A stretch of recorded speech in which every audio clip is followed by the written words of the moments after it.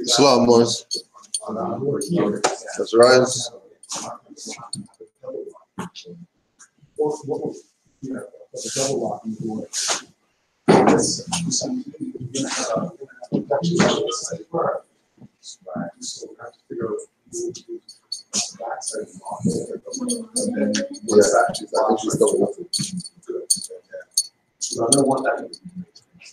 No, sorry. Continue. I'm going to want that to be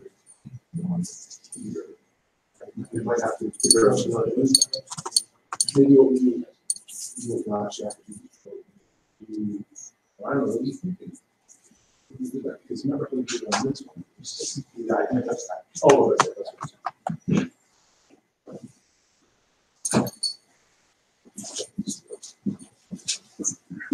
So on the left, two on the right. Allah, Father of the universe. Allah, Father of the universe. Father of love. Father of love. Truth, peace, freedom, and justice. Allah is my protector. My guide, and my salvation. By night and by day. With Holy Prophet, Muhammad Islam.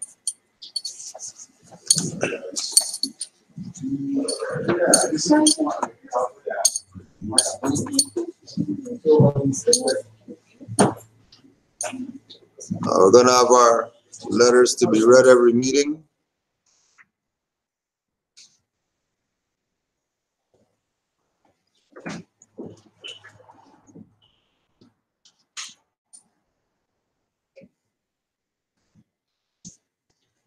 Hereby inform all members that they must end all radical, agitating speeches while at work, in their homes, or on the streets.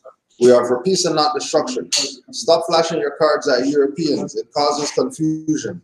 Remember, your card is for your salvation. Failure to obey these orders will be of severe consequence. We are for love, truth, peace, freedom, and when these principles are violated, justice must then take its course.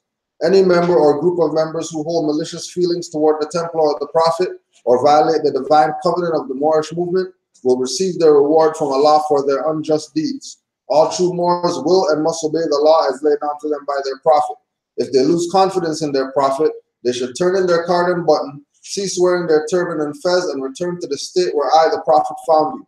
This is a holy and divine movement founded by the prophet Mubajwali. And if the prophet is not right, the temple is not right. The prophet therefore is sending out a divine plea to all Moorish Americans that they do their part in protecting their prophet and the temple. This is an everlasting movement founded by the prophet through the will of Allah to redeem his people from their sinful ways. Mubajwali. Islam. To be proclaimed at every meeting. Islam. I am glad to know that I have a few faithful Moors among you all, and I desire for them to know the truth and the divine truth. There is a host of jealousy about me and the movement now by the same people of our side of the nation that claim I was only a joke and unreal. But now, since they have found out from the government officials and the nations of the earth that this is the only sole foundation that all Asiatics must depend upon for their earthly salvation as American citizens, they are working every scheme that they can to disqualify me, so they may take charge of the situation. I have notified all these things to you long ago in the past. It is through the faithful Moors that attribute to the movement and uplifting funds. The ones that paid their divine respect to me and the movement will be remembered. That is why I am calling upon all faithful Moors to increase their faithfulness to me, your prophet, and your divine Moorish movement. I need finance and I need it badly. Never before have I needed finance so badly as I do at present, so I can shove aside the discord that is facing the nation. It all comes through jealousy because our fame and nobility. The nations of the world will not recognize the movement without I, the prophet, being head. It has been proven by my works which I have performed in the past few years. Prophet Nobajwali. To the members of the Moorish Science Temple of America. Islam. This is the instruction from your Prophet Nobajwali. Be faithful unto your forefathers' divine and national creed, that you will be blessed for your good deeds that you sow in the flesh. Allah is the one that judges the world, and his judgment is now on. But the weak can comprehend it not. The end of time is drawing near, so says Allah to his divine prophet, I Noble Ali. And that's why many hearts have turned to stone. Many have eyes to see but cannot see, ears to hear but cannot hear, lest they would be confounded of their sins. These are trying hours now, dear Moors, and every evil spirit is moving, and they are trying every weak mind to overthrow and drag out the true foundation that has been laid, and to cause confusion in the minds of the ones that do believe. But if you have the true love of Allah and the spirit of your forefathers, you fear not what you hear or see, but will sacrifice the utmost of your very life to protect your movement and your profit. Watch your enemies, dear Moors. Your enemies are the ones that speak against your prophet and ridicule him to the very lowest, and the ones that speak against your divine and national principles of your temples. Act accordingly, and Allah will bless you for your good work. Peace, your divine prophet, Noble Ali. Islam.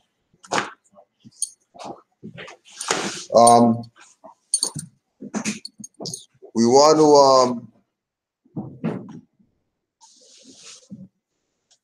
say welcome to the Moorish Science Temple. We're going to be transitioning in a couple weeks. We're going to be transitioning our half of our class into Grand Sheik Nature's Civic Booster Club classes that they started back up. Just because the bar is raising everywhere, and then we just have to go with the transition. So we're going to be getting more toward civic instructions, because a lot more stuff is happening out there with people. So dealing with those things is going to be relative to the teachings.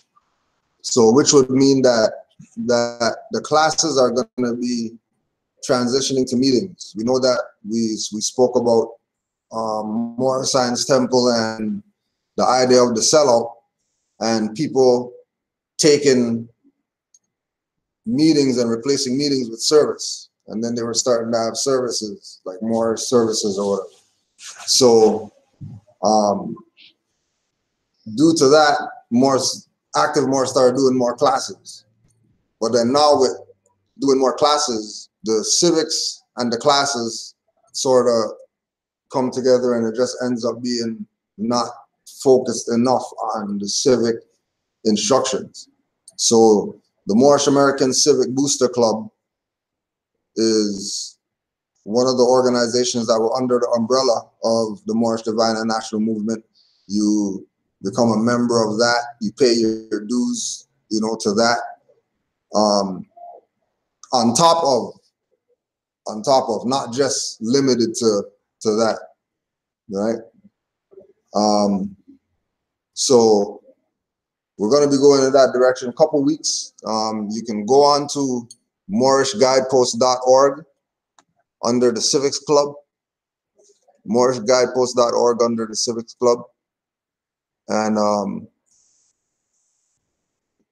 if you are interested in joining our Civic Booster Club, leave your name and email, and they'll get back to you.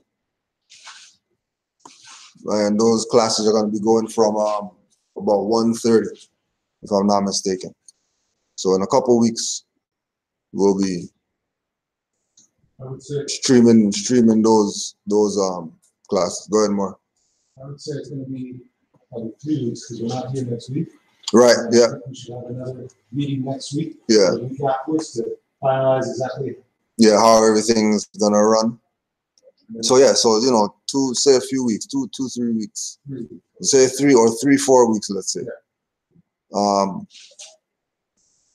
The other thing was, we have the Moors out in Hamilton. We're able to get a spot out there for us to do a lecture out there. So it's going to be open forum.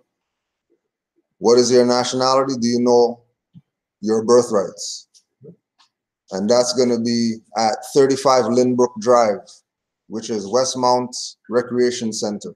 That's the same one as last year? I'm not even sure. I didn't even ask him. Westmount Recreation Center, 35 Lynbrook Drive. That's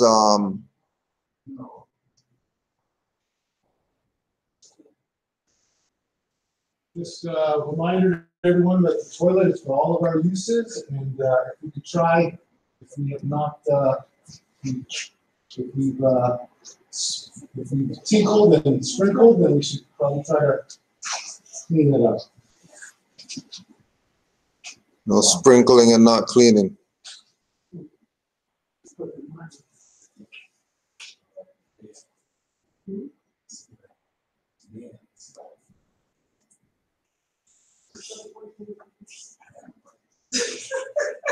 So the second, December 2nd is when we're going to be at Westmount Recreation Center, 35 Lynbrook Drive. So class is only going to be online that day unless there's one of the admin here to stream here.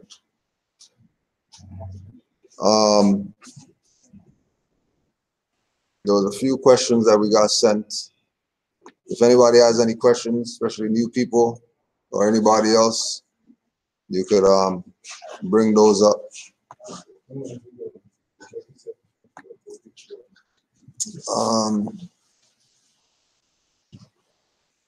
Someone asked about the idea of, there's somebody named Jesse Lee Peterson, and apparently they're pushing this concept of or it brought to the Moors' mind the concept of Europeans and them taking melanin shots to get darker and things like that. And just some things for conversation. One of the parallels to that is the bleaching cream. I'm with you, Mother. I'm with you. Don't worry. Don't worry. I'm with you. Oh,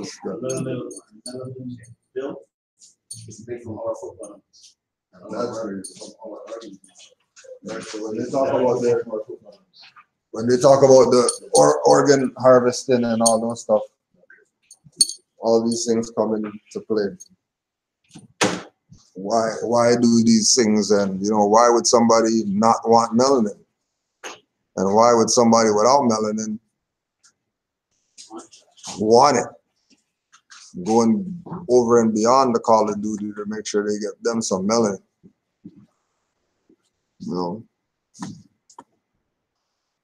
Make themselves darker.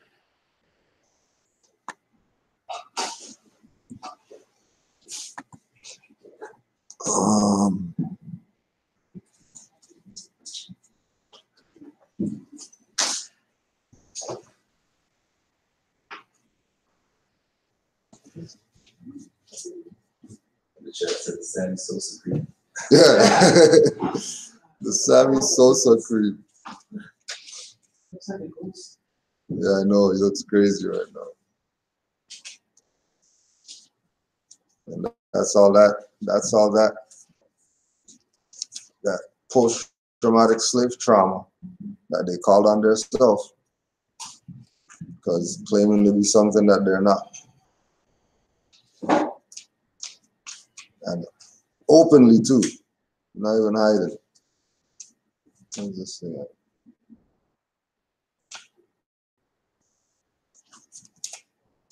Anybody have any questions or comments?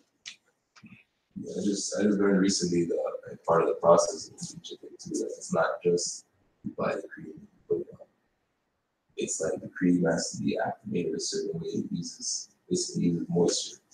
So if your body's not moist, like real moist, and it's kind of not working, and you gotta hide yourself from the sun. And so when you see them, they're always covered up, covered all the way up to the ankles and the whatever, the wrists, hoods or whatever, even hottest of weather in the Caribbean, and they're sweating because they have to be sweating if the creams work. Yeah, it's gross. So they're always, it's just this, you have to maintain it. It's not like to do it a one time. Yeah. They're always like that. So Yeah, just Right Just before itself. they maintain it, you see the shots.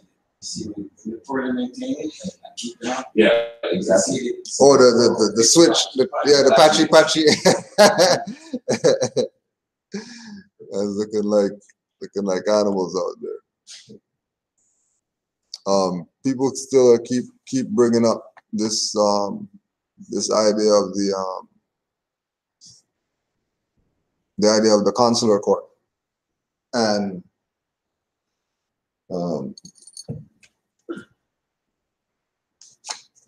you have to realize early out, put this out there, early out when this thing was first starting up,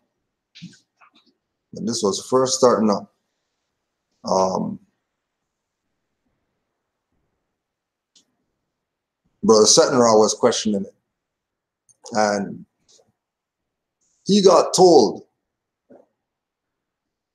that certain things aren't for everybody. Certain things aren't for everybody. And the person went about their business, right? So on the side of the people who are viewing it and the side of the people who are perpetrating this ideal of quote unquote the consular court, right? Everybody's looking at the elephant in the room, Taj Tariq Bey, because there's a split, because what he's doing is contrary to the teachings to majority of the people who follow his teachings, based on their own studying, because he said go study. He said don't follow him. He said certain things, right? So it's interesting that the students of him who know his teachings are caught up in following him. That's how I'm looking at it. Because I know in his teachings he said don't follow him. Always should do your research. Always. Always. Regardless of what gets put out, you go fact check some stuff. Don't believe me, go check. Which is why what people went and did. Went and checked. They went and checked and they found out, hold on a second, something's wrong here. And now they're caught in this, this nothingness of not knowing what to do because their master teacher, who said don't follow me or whatever, is being used by some other people who know the game. Because in order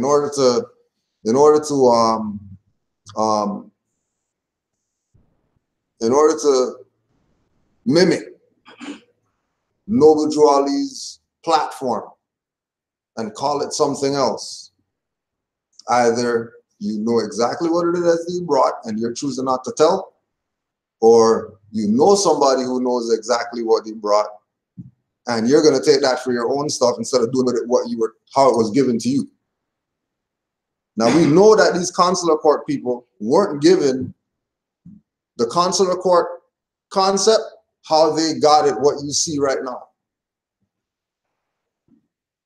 because we know people pre them that were doing consular court.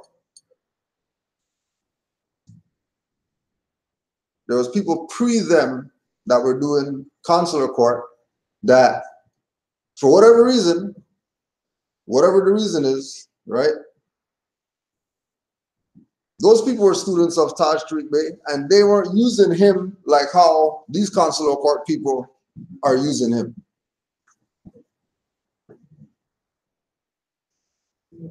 But that's why you don't know about them and the fact that they were doing some consular court, whatever, before these people. That's how you know that people are running a fraud out here.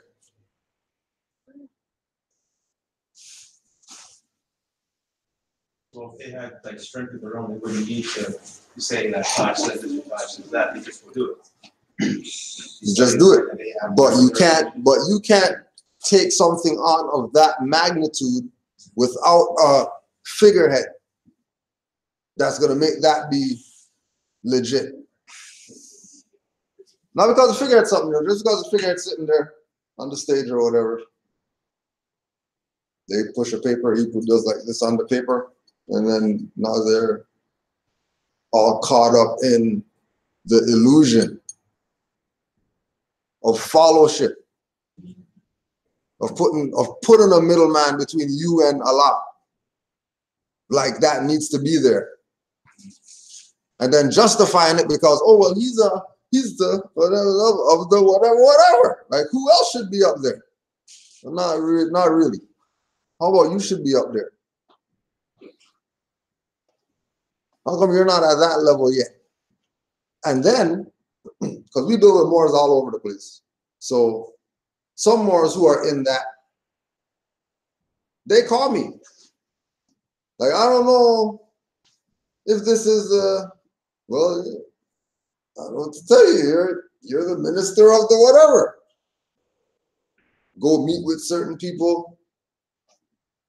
Their level of competence disqualifies them for being whatever it is position they're on the site. They got their picture or whatever. It says that they're or whatever.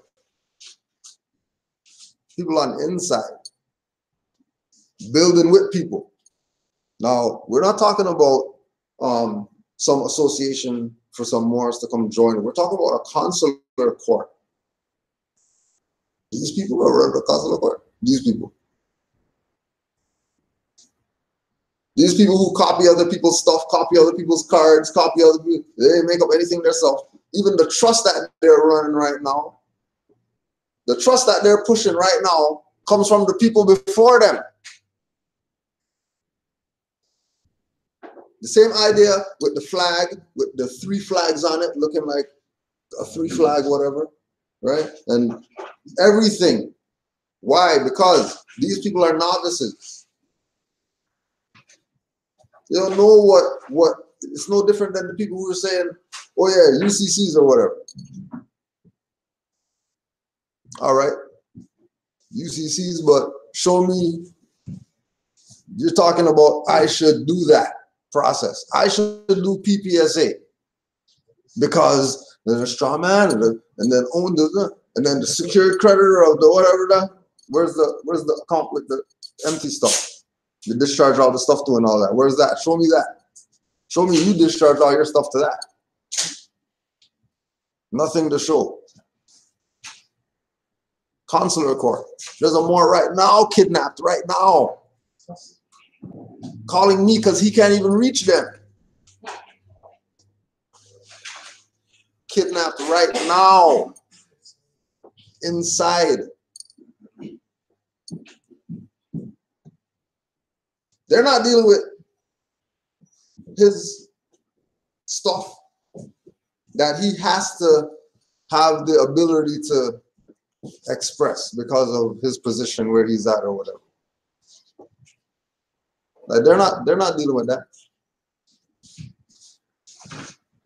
More who he knows that's honorable grand sheik or whatever like that is who he called to get some consul. He didn't, because the consular people who are supposed to be doing the consul aren't doing the consul. That's kidnapped right now. No, he's in another jurisdiction. Yeah. That makes it even worse. That makes it even worse. There's nobody that you're calling in any jurisdiction other than here. That's the lack of credible people are out there. That the people who you were repping, that you did whatever for, left you hanging high and dry. But they're parading around with Taj like they got something going on or whatever. When part of their initial focal point was we extract people from jail and whatever. We extracted all these Moors and all this type of stuff or whatever. That was their stuff. That's how they got where they got. because they knew that Moors were getting kidnapped. So, okay, let's do something so that we can sort of get in on that energy. And they didn't know how it was like a Moor told me the other night that this Moor was talking with some Moors who she knows. And her vibe of them is that they're good Moors or whatever. They seem to be upstanding, doing things right or whatever like that. Gets invited to something, and where they're invited, it's the same energy with those Moors. That, you know what, these are some upright, good, whatever word Moors, right? So energy talks. It's not like you don't know. You know what I mean? Regardless of what the forefront is, whatever the thing that they're presenting to you is, there has to be fact checking being done by the receiver. It's absolutely imperative that you have your own mind and don't say, well, because Cujo whatever, then we're gonna whatever. Right now, there's people who never received that message, that Moors were told when consular court came out that that's not for everybody. Moors were told that. It wasn't told open or whatever. But Moors were told that, and then certain Moors told Moors who told Moors who told Moors. That's how I know. That's why I was like, forget that BS. I don't know what you guys are talking about, because I know I don't need that. Somebody who wants a babysitter, they might want to go there. Somebody who doesn't want to study for themselves and doesn't want to write writs and wants somebody to do all that for them, they might go there.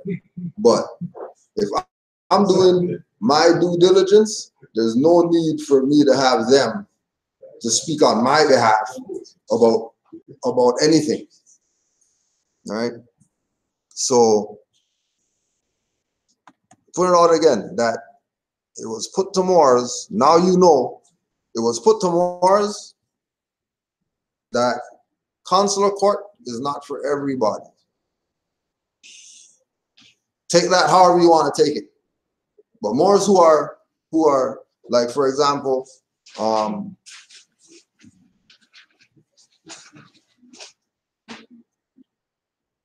come when they talk about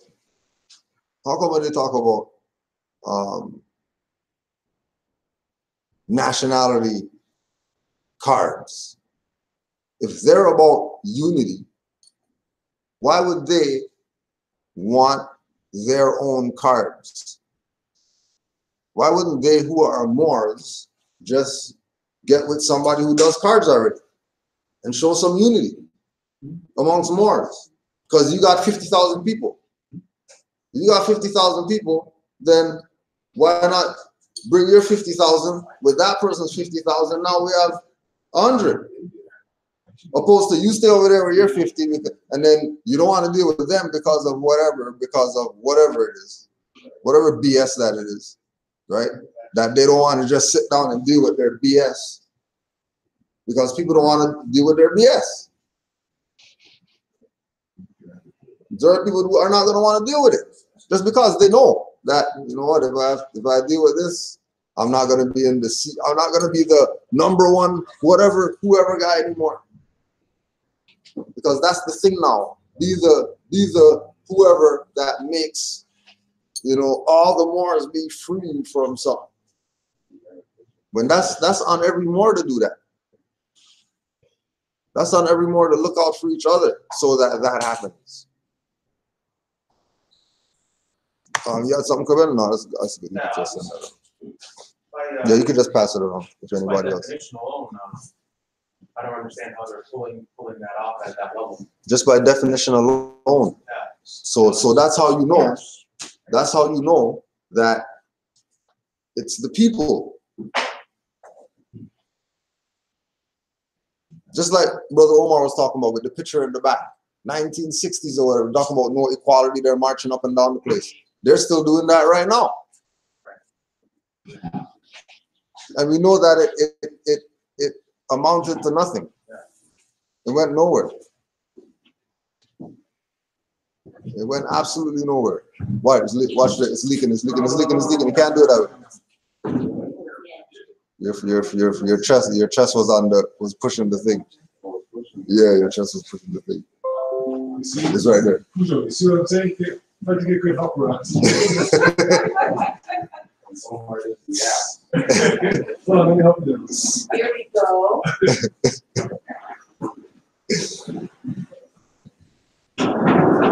It should be, yeah. Sorry, Moses, we just had a spillage. Give us a couple minutes.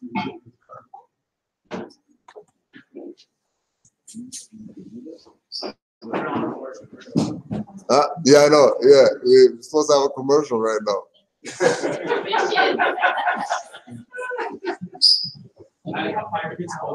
Yeah.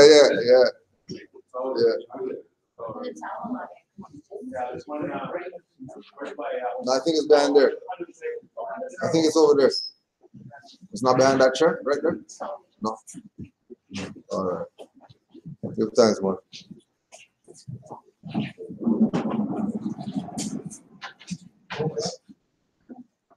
Yeah, so make sure you're doing your due diligence. Just make sure you're doing your due diligence. There's a lot of games being played out there in order to jack energy.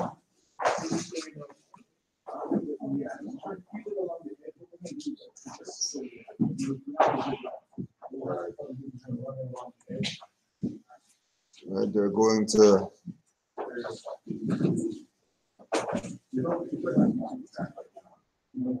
some more information. Africans sold Africans. The history of a place called Africa Town, USA, originated in Ghana, near the present city of Tamale, 1859.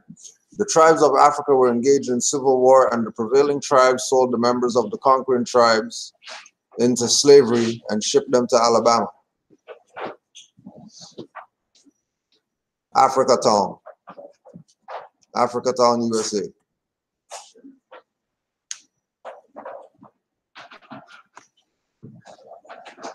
And then one of the Moors just posted a video, Brother Yusuf posted a video about a grocery store, Spain, named Spain.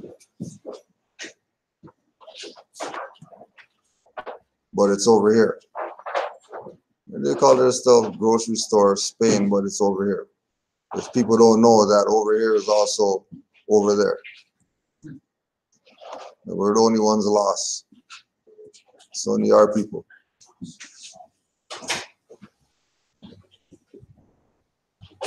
It's only our people lost.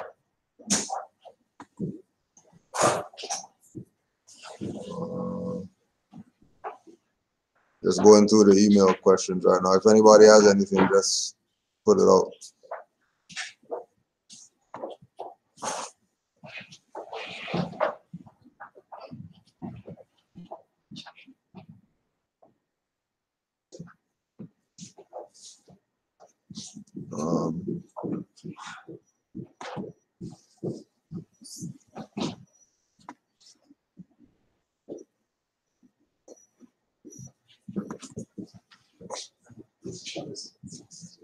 All right.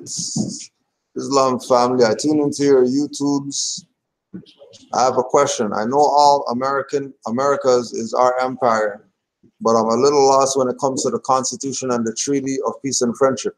The Treaty of Peace and Friendship is with us Moors that domicile in the area of U.S. corporation, and U.S. Constitution is the same. How does this apply to our family that domicile in other parts of Morocco, America? Does each corporation have their own treaty with the Moors that domicile in the area.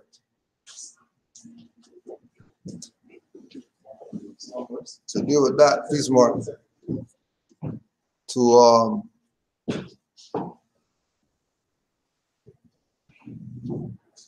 answer that question in regard to the jurisdiction.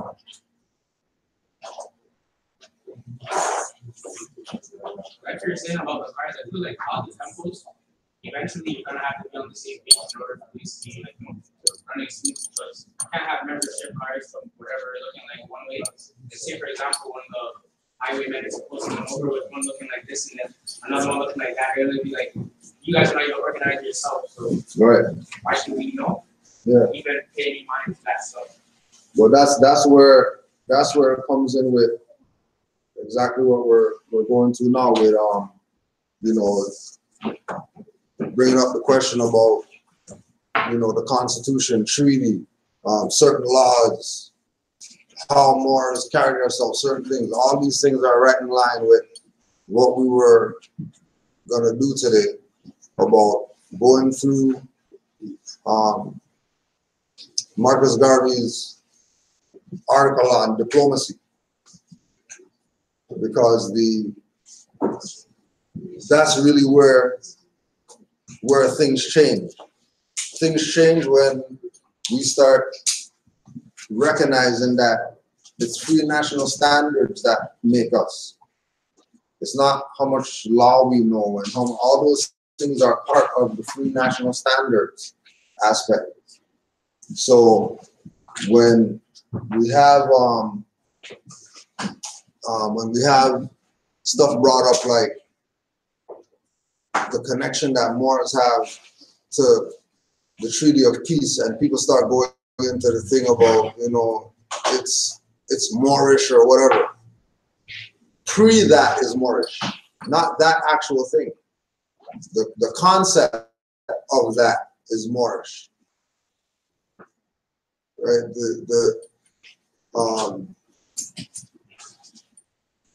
The idea of the Sultan taking the position of making sure that these Europeans have some peace because of what they were going through by his own, who he knew that was doing that to them or whatever. It was a pastor. Right? Yeah. So, they were exercising the first principle.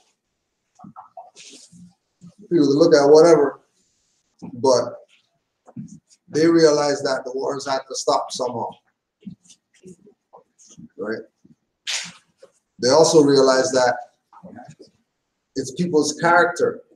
So people who have quote unquote messed up character, automatically those people are on the wrong side. Now, if you're choosing as somebody who's of right character to deal with them, then that's crossing the energies. Huh? Sorry. Oh. Yeah.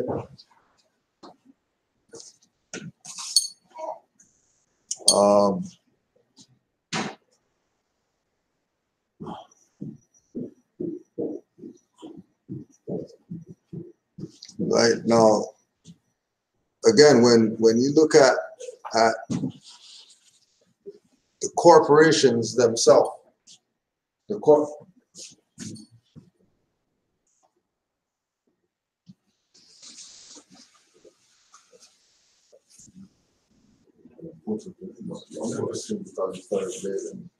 Okay, all right. Yeah, right? Yeah. All right.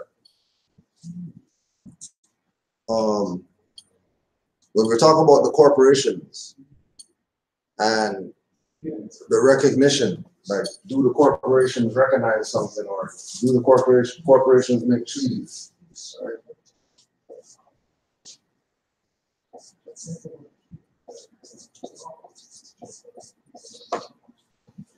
The people who we say are government, whatever, and all that stuff, right? That's where they're supposed to be. They're supposed to be accessible to everybody for anything that's needed. when the Treaty of Peace and Friendship came up,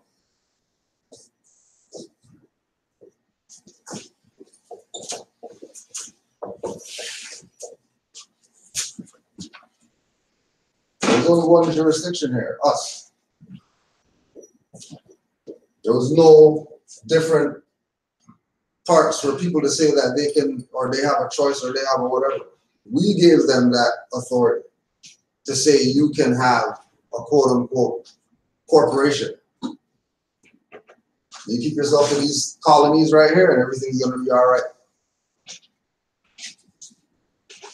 That was between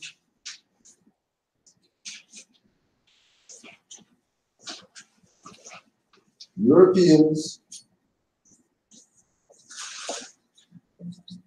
and Moors. You know that because Europeans are U.S.A.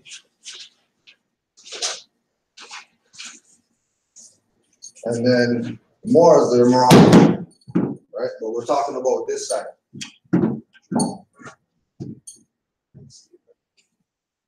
We're talking about on the American side. So because of Morocco is why this treaty was able to happen. It's because of Morocco why Europeans even got the opportunity to be in a treaty. Because people have to also remember that for them to even sit with the Sultan, they have to pay for that. Every interaction that Europeans had, like people look at it like, you know, the Sultan got the Europeans out of whatever, so he sided with the European whatever. They were still paying taxes and stuff like that. They didn't just do the treaty and then everything is good. Their relations are right and exact. They were still bound, not even by the treaty. They were just bound by what? By the culture of the Moors. That we're actually the landlord. Which is why they fear us getting back to being Moors. Because when we get back to being Moors, then we can start enforcing treaty and stuff like that on these people. Because it's Negro black colored, you can't. And it doesn't even matter the treaty. Because all these so-called treaties from before that organic, from before the organic constitution. That's why they always, when they're trying to get out of something, their defense is always constitution. They don't play the statutes or whatever like that unless they're in the position of being the defendant. So they're going to run to the statute. For example, they'll try to use our ultra-virus statute and say, well, I'm an official of the whatever, so you can't touch me and all that type of stuff. I'm the pastor of the whatever. You can't do anything to me. Right? It's either that or they're going constitution. So when we deal with them on that. Don't deal with them on creed, religion, race, whatever like that. Deal with them on, you enforcing the Constitution right now? Especially when you deal with people who are supposed to have oaths and people who are supposed to have bonds and people who are supposed to have a certain quote unquote character, or they're supposed to have a certain diplomacy when they deal with the public. Hold them to those standards. But when you see them act crazy and and they're saying, no, we're not following that or whatever, remember that would let you know that they're not listening. And they've been playing the whole time. They're actually private. And they're private using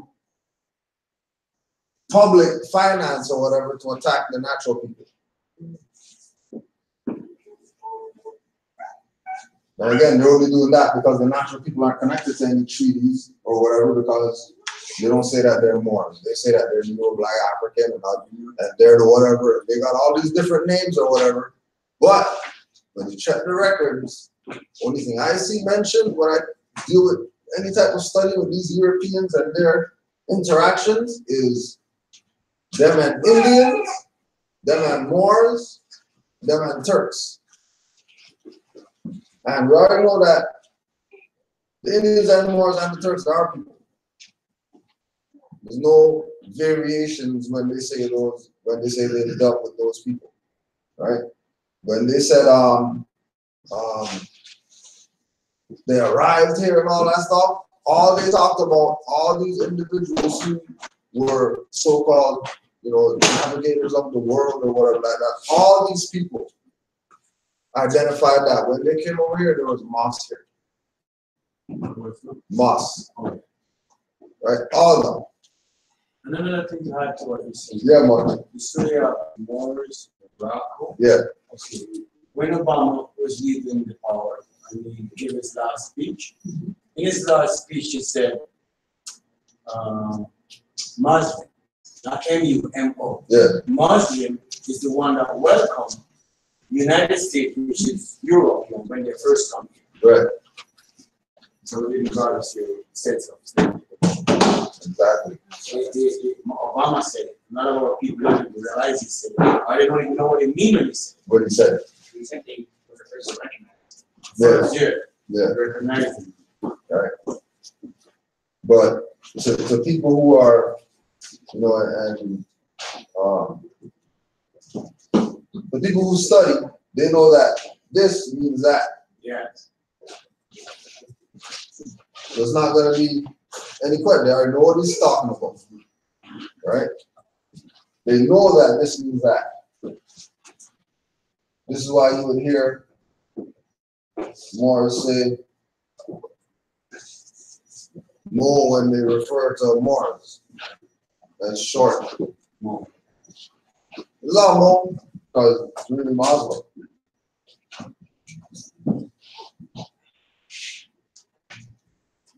Right? When you also see that, for example, when you look at the Maroon Treaty, right? Same situation. The Europeans, British, and then the Moors, the Maroons. And they did a treaty. Then the treaty had certain stipulations that this guy is whatever like that. And then this is regard to Maroons and Europeans. So if you come around now, you're talking about, yeah, well, I'm Jamaican and we got rights of whatever. They already know that you don't know what you're talking about. Because you shouldn't be tying yourself to either one of these if you're really over here. Like, which one are you part of? If you're part of this one, then there's a standard that not only you have to live by, but that other people are going to expect. And then, if you're part of this one, you're a foreigner. And you're not really where you're supposed to be. You're actually out of your national domicile. So you can't really have certain claims like you would have back home, which is why there's treaties and constitutions and stuff like that, so that these people know how much bounds they have. And as soon as they start going outside of those bounds, somebody's violating these things. And then they're gonna run from this. When they violate, they're gonna run from this and start saying that you violated some code or whatever.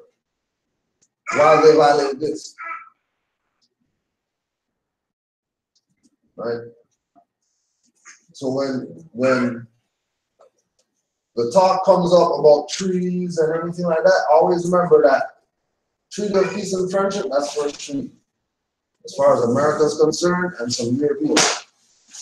And that anybody that you're dealing with that's of European descent, hold them to the obligation that they have, or hold them to the obligation that they have from their ancient foremothers and forefathers, that Don't forget who put you on. Don't forget who put you on. Don't be absent-minded, even for more of the fact that you put them on.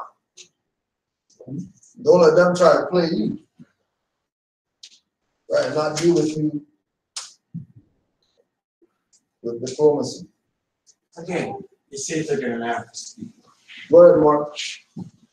Maybe you could look at it. So, we went to the stores today.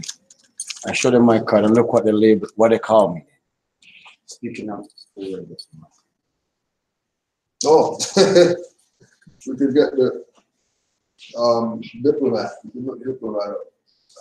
Right, so, right, again, going back to the thing of there's a certain standard. Now that was it just a regular cashier or somebody came, the manager came? Right, okay, so the standard for the supervisor, right? Or the character of the supervisor was that you must be a diplomat. Because all we see walking around here is head back, shirt guys, and you know what I mean? Like, you know, we never seen this card before, and when they start going down those lines, right? It could be on this that they're looking at us. And again, you have it here that they put it down here. I didn't check.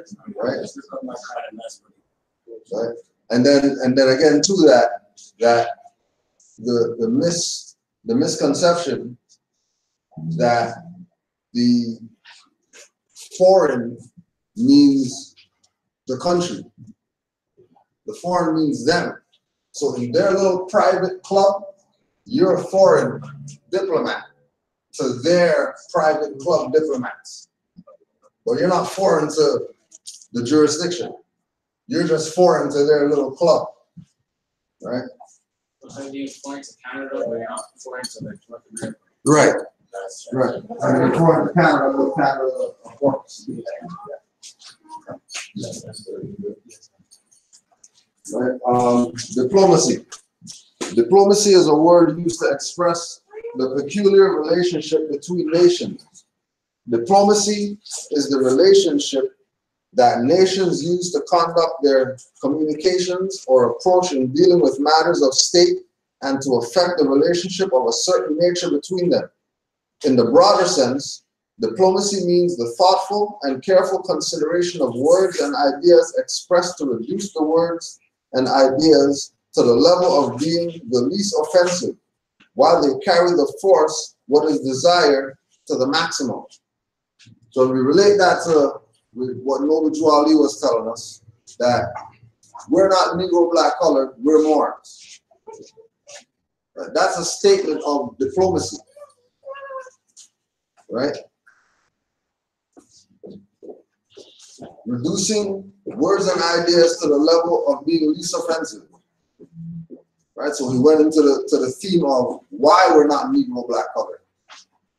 So that it's not taken as we don't want to be, or we're against some type of, well, that's not it. We just have a right to a nationality, and we want to claim ours. And not only do we want to, but we have that right to claim ours. Right? You got diplomat. Closest thing to diplomat is, well, these are the options: diploma, diplomacy, diplomatic agent, diplomatics. So closest is diplomatic agent. This is Black's Law Dictionary, 4th edition, page 546. In international law, a general name for all classes of persons charged with the negotiation, transaction, and the superintendence of diplomatic businesses of one nation at the court of another. Right, that's the diplomatic agent. Now, we know that Garvey was a student of law. If he's gonna have a chapter or a lesson that's in there, and him expounding on it from a nationhood perspective, not expounding on it some UNIA whatever, expounding on it from the perspective of we as quote unquote Negroes need to be able to engage with other people, with other nations. We can't just engage with ourselves, because that takes away the whole concept of us being a nation. To be a diplomat, one has to be very careful in his expressions before indulging in them. He must think seriously and calculatingly so that his thoughts and words may have the desired effect without arousing suspicion or inviting hostility. You must first be a very skillful thinker and psychologist to be a diplomat. To exercise or express diplomacy, according to Marcus Garvey, you have to be a psychologist and you have to be a thinker. Which you think psychology has to do with thinking, right? So there's two separate jurisdictions with regard to the faculties of the mind. You have to deal with psychology, and then you have to deal with thinking. And then we already have no Drawley telling us to think. So we have that as for morals, as something we can extract to say, well, yeah, Garvey was reckoned for what no Drawley told us, right?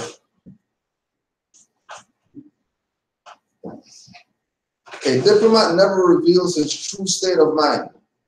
He never reveals his hand in dealing with a situation. He always keeps a line of defense for whatever he says or does in reserve. Right? So in the sense of whoever it is that we're engaging, that's not our kin. Our engagement with them,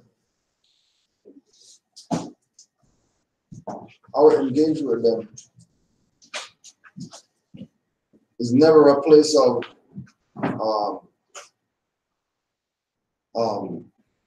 say too much. Let them talk themselves into wherever this is gonna go. You put your position and then you stay mute, let them talk. Because our returning to our nationality and birthrights and actually embracing it as something, that we're, these are things that people were murdering for and all. For us being who it is that we were. And they put certain things in place for us to be out of that mind state. And then now we're awakening to that mind state again, that they were supposed to have, quelled this thing. And then it's happening with a different generation, so it's not really gonna be the same that they're gonna be engaging when they engage it. It's gonna be on a different frequency that, as we know, they're not really ready to handle a volatile situation with our people waking up, much less waking up to their nationality birthright, knowing that they're Moors and certain things like that, right? So the idea of never revealing the true state is part of the defense mechanism in letting them talk, letting them put it out there of what their position is. Don't because a lot of Moors have had situations where it would be a European they're dealing with, and they're moving on them like the European is not gonna know what's up, and then they get shocked when European knows more than them. And now you can't read because you revealed your hand, because you let them know how much you didn't know. Opposed to being diplomatic, not not having to, yeah, we got the president, we got to prove that we're.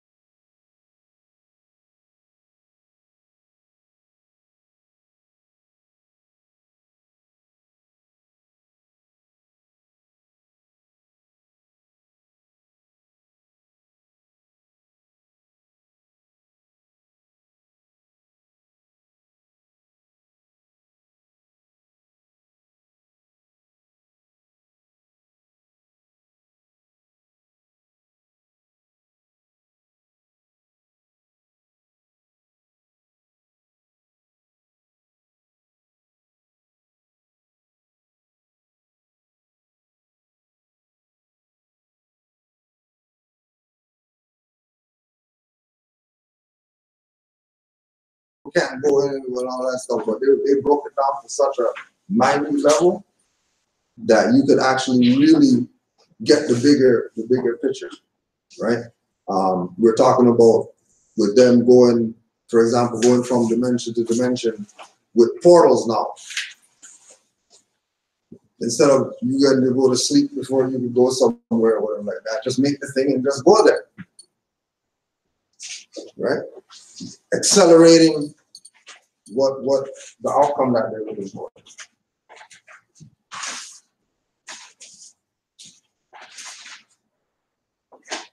He must be able to read other people's minds and intentions and use that knowledge to safeguard and protect himself and the interests he represents. Now, if somebody could go on their phone, just look up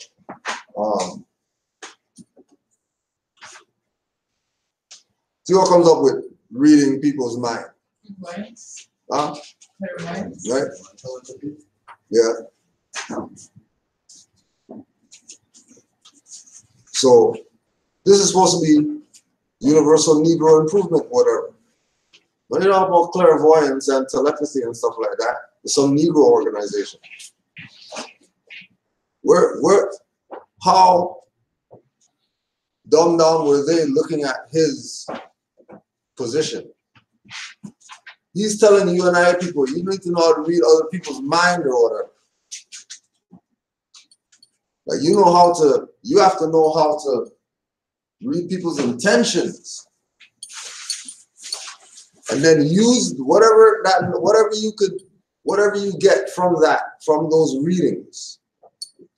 Now you have to use that for yourself and then use that for your people. And ample amounts of people out here know how to read intentions. Even in traffic, sometimes I see, oh, I know it's gonna come. Right. You just read it, so you know. Right. Yes. and you safeguard. He's not supposed to. He's Yeah, supposed to. yeah. I know. You just know that He's good. he's gonna do it. Right? Never seen it before. No, just no. Just step off. He's good. So Marcus Garvey speaking like this about other individuals that when you engage them, you know what I mean, and then relate all these things to him and his connections with people who he knew, the little circle that he had around him, Deuce Muhammad Ali, Booker T. Washington, these people. Like these were the people who he was around. How did he, you know what I mean, deal with that? He had to have some type of higher things going on. He had to have some type of theosophical society, Rosicrucianism, something going on. Because he's dealing with this on nation building, not some personal gain, go do a magic show and make 50 grand. He's talking about using this idea of clairvoyance, telepathy, to know when you're dealing with other people, to know their move before they know it, so that you know how to respond to whatever it is that they present. Whatever they present, you already know what they're gonna present before they do, so that you can put your piece there, right? And either again safeguard or be able to make an offensive move in the direction for whatever it is you're looking to get as an outcome. It's funny you say that, because our way here, we're talking about Taj and whatnot, and we were watching it like the live lecture, the live stream, and we were talking about Taj, and 2 seconds later you're mentioning Taj. Yeah. Oh yeah. So we just tripped off. Yeah. A skillful diplomat is always master of the situation. He is able to fool or deceive others to gain his point. He never exposes himself to be taken advantage of. He always leaves a loophole for escape from danger or trouble. His language is always couched in a manner to carry weight in a particular direction, but at the same time, not to be so offensive or revealing as to cause the person dealt with to immediately jump to conclusions by the completeness of the thought expressed. In fact, a diplomat always gives out expressions that carry double meanings, or more than double meanings, so that if one interpretation is dangerous to affecting a good relationship, he can always fall back and say it was not intended that way. In diplomacy, if you mean to take advantage of the other person, never open a suggestion, but gauge your words most carefully to ultimately win that in view, without expressing it in the raw. A good way to get good results is to actually feed your opponent with good words that mean nothing. And when you come down to the business part, hold your ground, but still use good and pleasant words to win. Never approach anybody that you want to get anything out of or any good results from in an offensive manner. To the contrary, win them with the perfect smile in the most gentle manner. Do this even with your enemy, until your enemy has positively delivered himself and there is no other alternative. Then show your hand. Never show your hand at the start. The idea is to make friends and get results, rather than make enemies and lose results. This must be applied to all phases of organization work, dealing with the race and dealing with others of other races. It is said that in a kind of word turneth away wrath. It is good diplomacy. Even if a man is going to kill you by threatening you, it is best to smile with him before he actually carries out the intention, so as to prevent him from doing so by showing him a smile, rather than to suggest the gravity of your indignation, which will cause him to think that you are going to kill him first.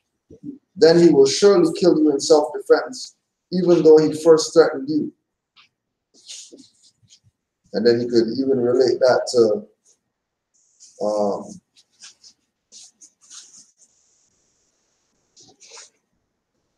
True Romance. True Romance, when he was just about to kill me, he told him about how his mom and his grandma, and, you know what I mean? Right? You know, him knowing that was happening, he did the other way. He's like, I'm not being nice, I'm going to tell you about yourself. You know what I mean? Because I know I'm going to get it anyway. You know what I mean? So, even in the face of the enemy, you can yield. You know, or like the picture that we have there. You know, somebody's trying to harm you or whatever, flee from them. If you can't flee, drop the wall on them, and that's that. That's a good picture of him. Yeah, but the temple house.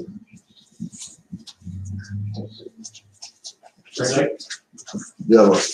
Even with Garvey, in the book written by his wife, she's talking about I guess when he decided to get married, I'm just realizing now that in a sense was also not necessarily foresight, but during his trial that was useful to him, that this other individual who had that amount of knowledge of the organization was his wife and couldn't necessarily force to testify to this. That was like a unintended loophole, I guess. Yeah. Right? And the good thing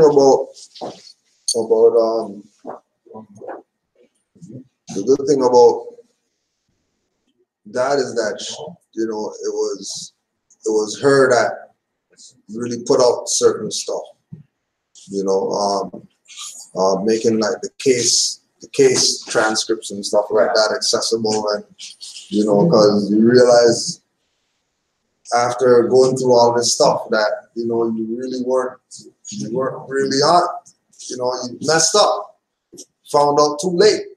Now you just have to put all the stuff out now when it wasn't supposed to really go like that. You know? Again, when we go back to the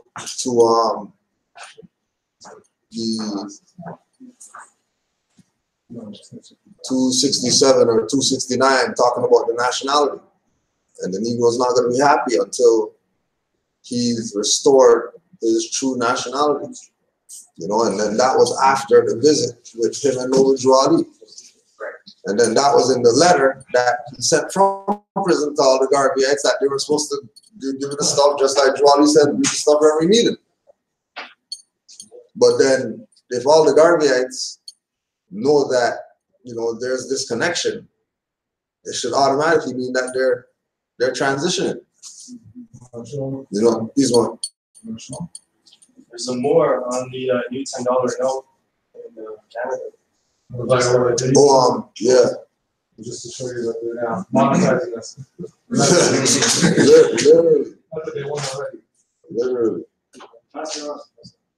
Yeah, that's I remember that was the same stuff they were doing with the Rosa Parks or whatever. Put Rosa Parks on the $10 or Harriet Tubman on the $10 note for U.S. Corps.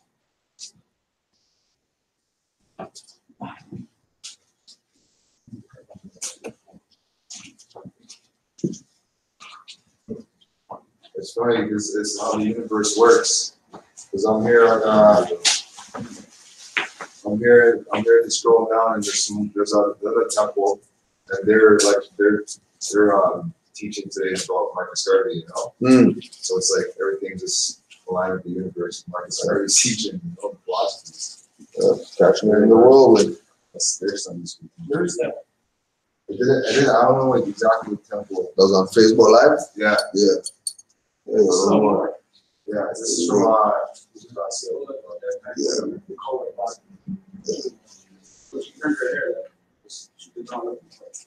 yeah, she definitely does look Moorish in that. But see, but then again, that's why they. Yeah, but that's why they put her on the purple. Because the purple is melanin. You know what I mean? The purple is eggplant. Anyone else want to see? Right? Movie. What's that? Say that again. The purple. The purple? Yeah, because purple is representative of how we look. Blue, like navy blues, She was brown for purple, dark though. yeah, brown, black, whatever like that. So in a lot of like when they're depicting our people in some type of royal or whatever, they always use purple. You know. So as soon as you see they're talking about, oh yeah, the Asiatic or whatever, they put her on the purple color one. You know, they're saying something. You know what I mean? And again, you know, that's how they look at her, as black royalty or whatever. You know what I mean? So they're gonna express their position openly. You know?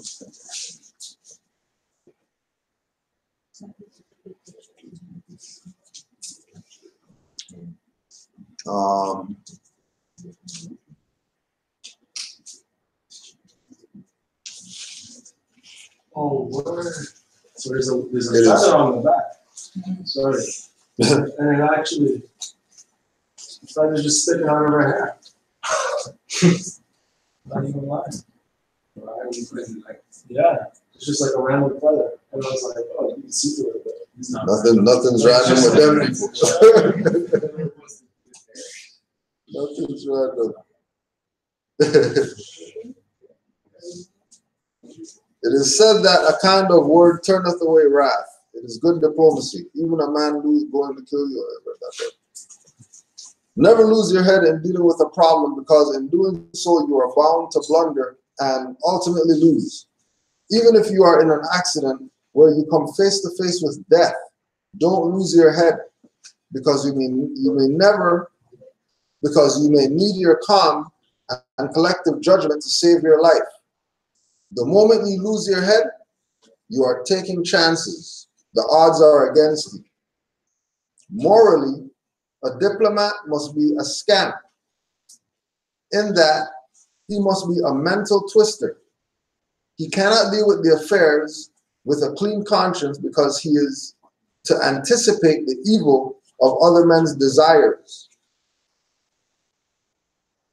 Because the world and mankind are immoral and dishonest in their behavior. He necessarily has to adopt such a method as to safeguard himself or his interests from such designs. After you have dealt with them and you have won your point, if there was any act that was immoral or crooked which enabled you to win your point, then pray afterwards for forgiveness. It sounds like some Catholicism. But not before.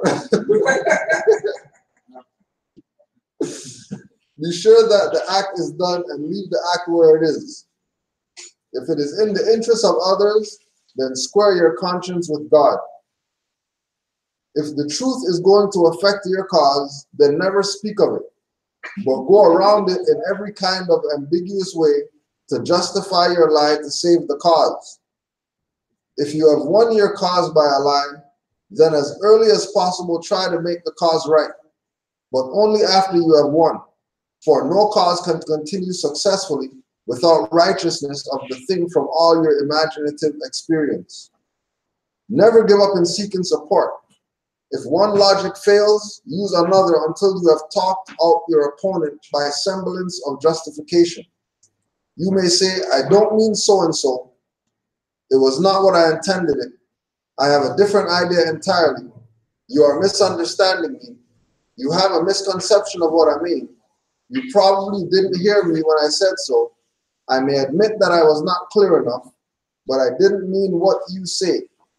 Then be able to build up a new argument on that and let the thing that you are arguing about take a back seat, so that they will forget what you are arguing about and take you up on other things you have said and make the debate. Thereby, you leave the situation where it was for another time. Always try to lead the other fellow away from the true idea. If you are on the wrong side, Build up a new argument and hold him on that until you have worn him out. Let him say that this is not the argument and still persist in something else. Always profess friendship for your enemy so as to disarm him. Do not refer to him as Mr. Brown. Say, my good friend, Mr. Brown. I cannot understand why my good friend is opposed to me. That's how they talk to me. I've always thought of him as kindly disposed man and a very good fellow. And then that's the thing with, I was thinking about that when I was thinking of all the cabinet people with honorable on their name or whatever, honorable this and whatever, but the people in parliament. Oh yeah, I was gonna say now in the court. Yeah. You're the one. Oh, my good friend. My friend, yeah. This is the guy that's helping this one and the one that is not. My good friend here. Good friend they call it.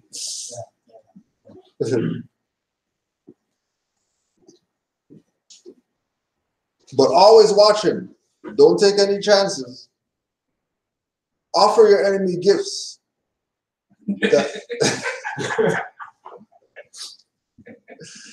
Offer your enemy gifts that you can afford to lose, so as to win him like the Greeks to bring him gifts. Your words must be formed and positive when you want to commit other people. For instance, have you made up your mind to answer my letter? Always let it be a question that can be answered with a yes or no. Don't suggest to anybody in long sentences. When you thought to commit yourself, do so in veiled language and never finally commit yourself until you are ready to close the matter. Always try to escape giving yes or no to any question that is important. If you have to say yes or no, do it in long explanations so that you may escape. You misunderstand what I'm saying here. I've done that.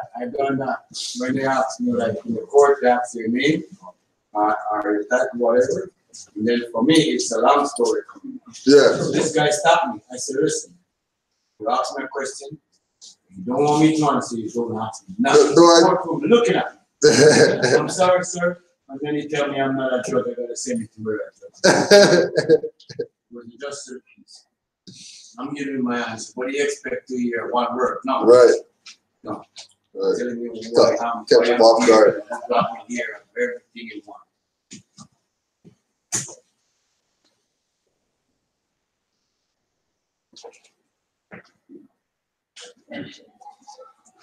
When you want to protect yourself and trap the other fellow, let him write you short sentences by leading him up to such a manner of reply. When you have to answer, make your sentences long and capable of taking many interpretations.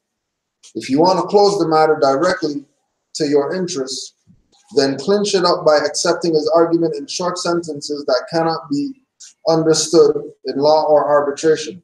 Now remember, this is also too, this was an African philosophy course. So this would be something that, for example, with the UNIA, that whether it was, you know, weeknights or weekends or whatever like that, they're having classes dealing with these things so that they can send these people out to go do the work of the organization, right? So it's equivalent to with us having civic night and whatever night, this night, that night, whatever like that, you know, mechanic night, school night where it's after school help or whatever, tutoring, whatever it is, right? Because there are certain things that it's gonna be the people that do it. But before there's a call to action, the people have to be prepped for the action, right? The people have to know what the action is, so that when they go out there, they're already on that plan, that program, so that when they go out there, the stuff gets done. Opposed to going back and then coming back. You know, you go to the field, you come back with no stuff 5 times. Something's wrong out there in the field, right?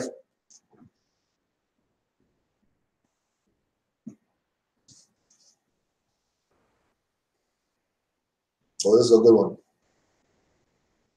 To get a man to talk, offer him courtesy. Offer him a drink, a cigar. Say, it's a beautiful day, isn't it? How have you been doing lately? Are you comfortable? What do you think of so-and-so? If he is reticent, you know you have a hard customer to deal with. Then find out his weakness by investigation, and when you find it, invite him back again and cater to the weakness. You like this one? His weakness may be for ladies. Invite him to meet your best friend and get your friend to pump him up. My good friend. And tell him what you could get from him. If you are dealing with the opposite sex, do the same thing. If he is addicted to drinking, give him a few extra drinks and let him talk. But you must not drink as much as he. You must not drink as much as he. Otherwise, you will be in the same position. Use your skill in letting him believe that you are drinking too, but don't drink.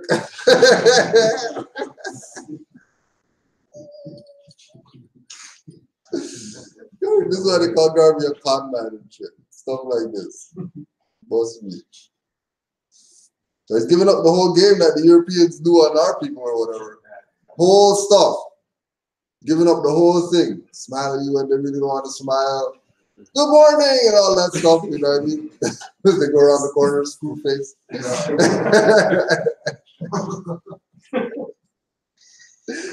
Our own people do it too. You know? Right?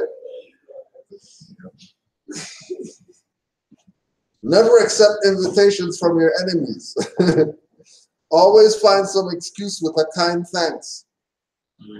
Yeah.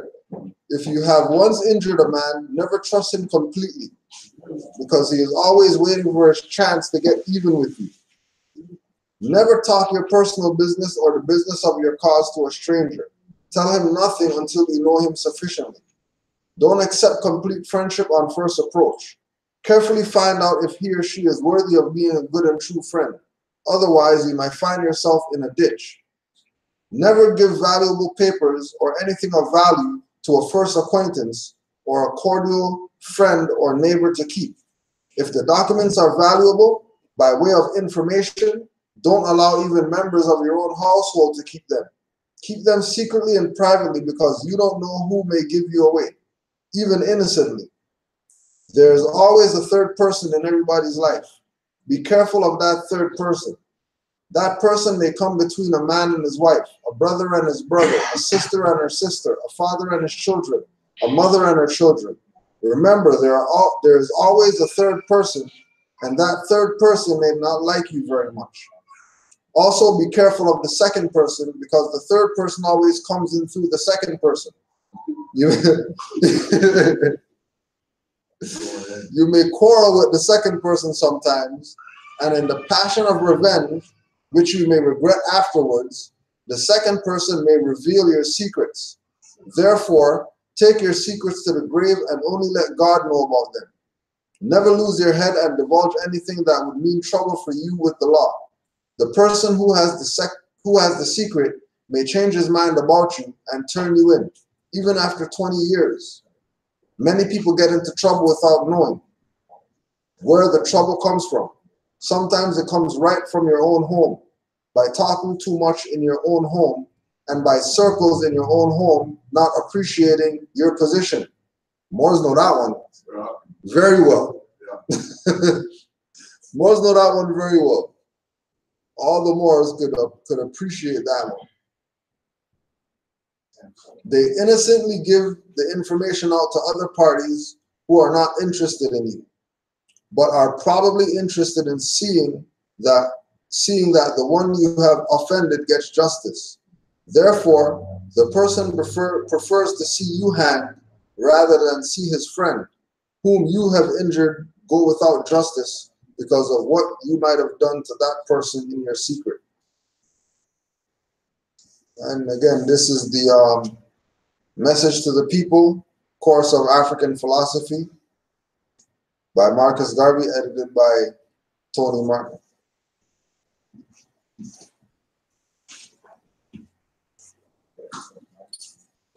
Works by Tony Martin, Literary Garveyism,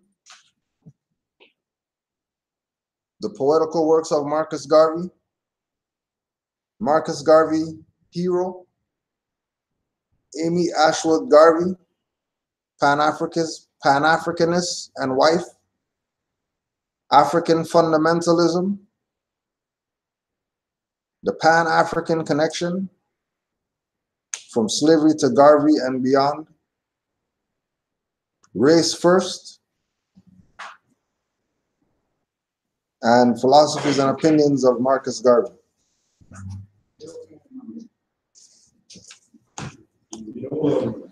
You know which of his works actually know the relate? There was nothing in his works, but like what we talked about, there was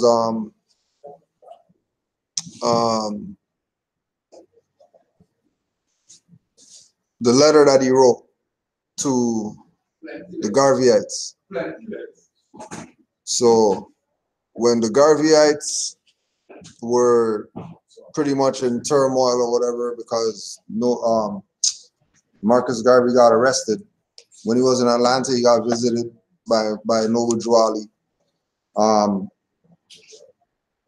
After that visit, there was a letter that he wrote to the Garveyites. And in that letter, he was talking about the case and, you know, what he expects of the people and all that. And then he got to the point of him talking about the nationality aspect and the actual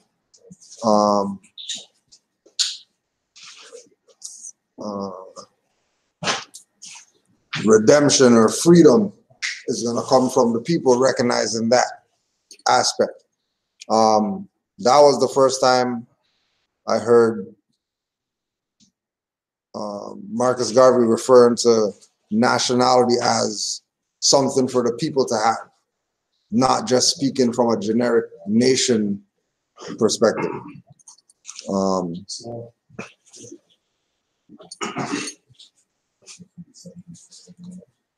If anybody else has any questions, feel free to bring those up, or any comments.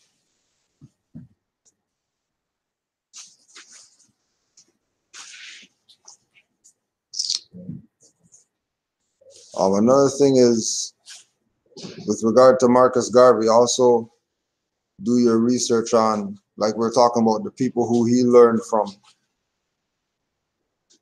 And one of the names that'll come up a lot is Deuce Muhammad Ali.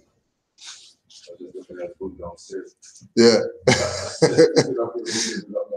So then talk about the synchronicity again. Right?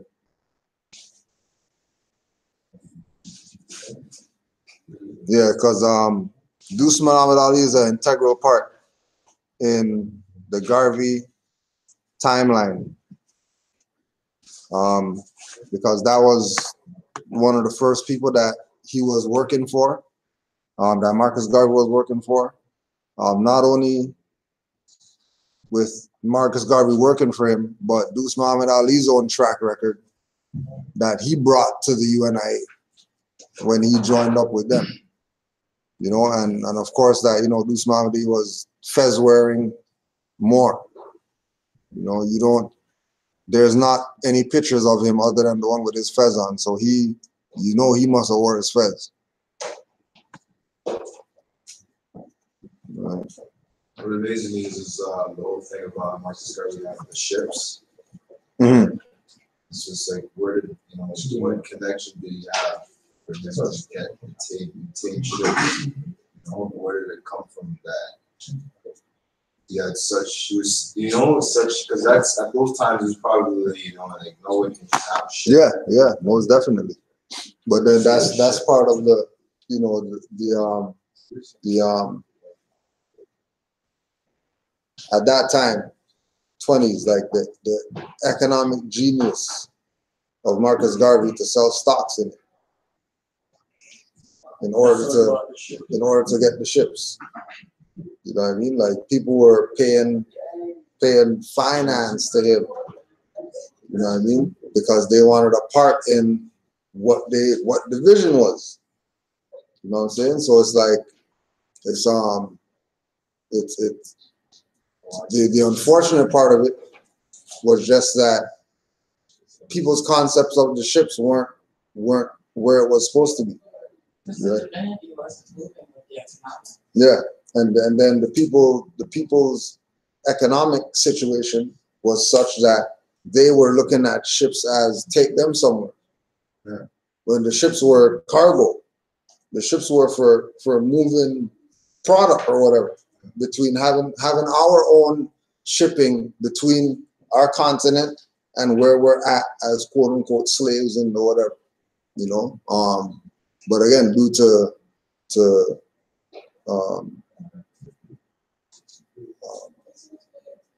programs set up to make sure our people, whenever they move toward self-sufficiency or whatever, make sure that it fails. They implemented their program and got him on some mail fraud that he's sending something. He said, I think it was something like him sending finance in the mail or something like that, or whatever, and or not paying for postage or some BS. But it was ended up being something like 2 notes or 3 notes or something that he got charged with mail fraud with, which back then would have been, which was a felony or whatever. So when we look at the Garvey history and we acknowledge the individuals that he connected with, we're looking at Noble Drew Ali and Deuce Muhammad Ali, right? That should be enough for the people that are on that side to transition. It shouldn't be that they don't want to or they can't, or you know what I mean? Because you know we know that there's a connection, right? Like we know that there's a connection. We know that the we know that there's some chairs over there. Just pull those chairs over there. You can use the smaller ones. Those are the soft ones. Yeah, man. Yeah.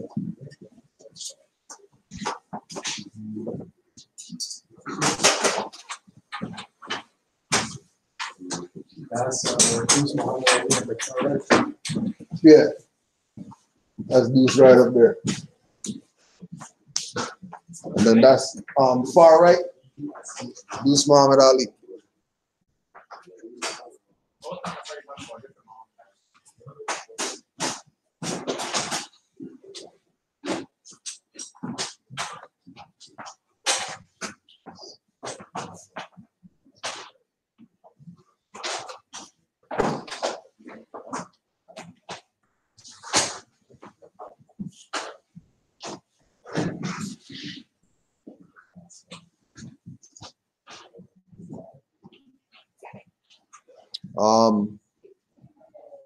Brother Michelle Bay. Brother Michelle Bay has moringa and cayenne pepper that he sells in bulk by the ounce and by the pound.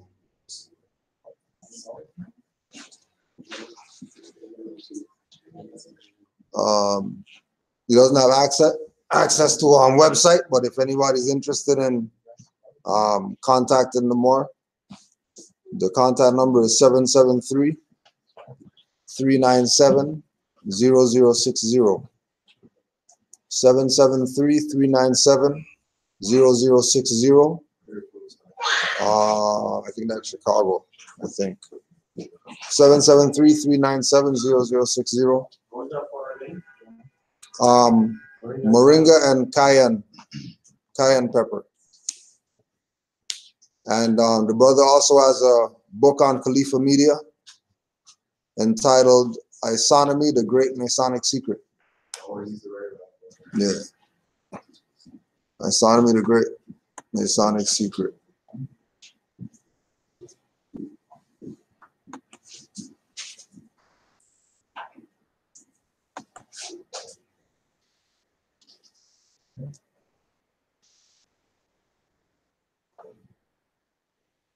Khalifa Media, I haven't heard still. Yeah. They're in the background, it's great. Doing the do.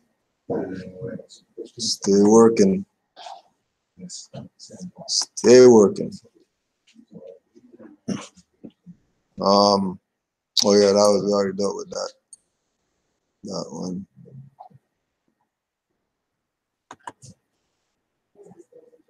If anybody has any questions, feel free to ask those questions right now. Any chat people, you got any questions in there, send them up. I was just I want to go back to what you were saying about the whole thing of creating minds and energy and channeling energy and making things happen. But being on this, going more science and how to elevate to a certain level of understanding of knowing how the universe works and knowing that the cherubim, we were talking about this last night, the guiders, the protectors of the four corners of the earth. It's funny because brother and I here always building and stuff and whatnot. We always just say everything's this energy, everything's just guided by the stars. Yeah. So in the past week, I don't know if it's been what whatever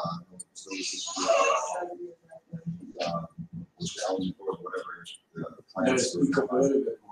Like we talk about like energy, like the ability to make things happen, not negative things, but like as you talk about things and you feel things are about to happen and that they happen and they unfold.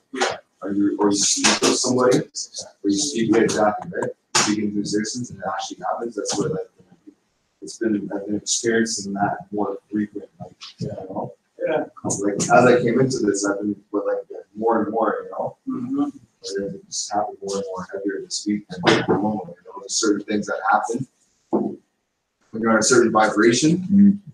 It's like you know it's gonna happen because you speak it, but like you don't know it's gonna happen because you don't know, right?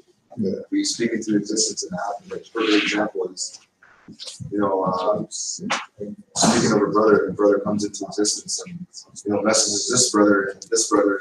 It's basically this. We were there like Monday. I haven't heard from this brother because something went down. Like there was admin went down and I haven't seen this brother in like over a year, So this brother know that this guy he has a Lambo, But when I met this guy always saying he's gonna buy a Lambo. He wants a Lamborghini. I met at more than 100 men saying they want a Lamborghini. They never got it.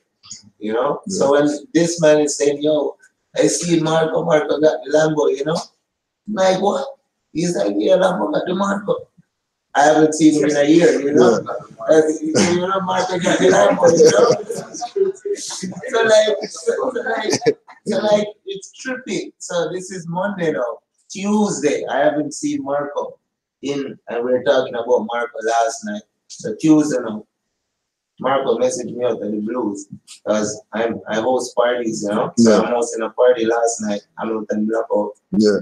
So Marco sent me a picture of the Lambo on the range. So, yo, I'm coming to Hamilton Blackout. I'm coming to black it out because they're both black. They're both black. Yeah. He said, but the picture, I said, yo, Yeah. So, like, Wednesday past now, I already link up every day. So then we are building and I say, yo, Rennie, come here, talk about Marco.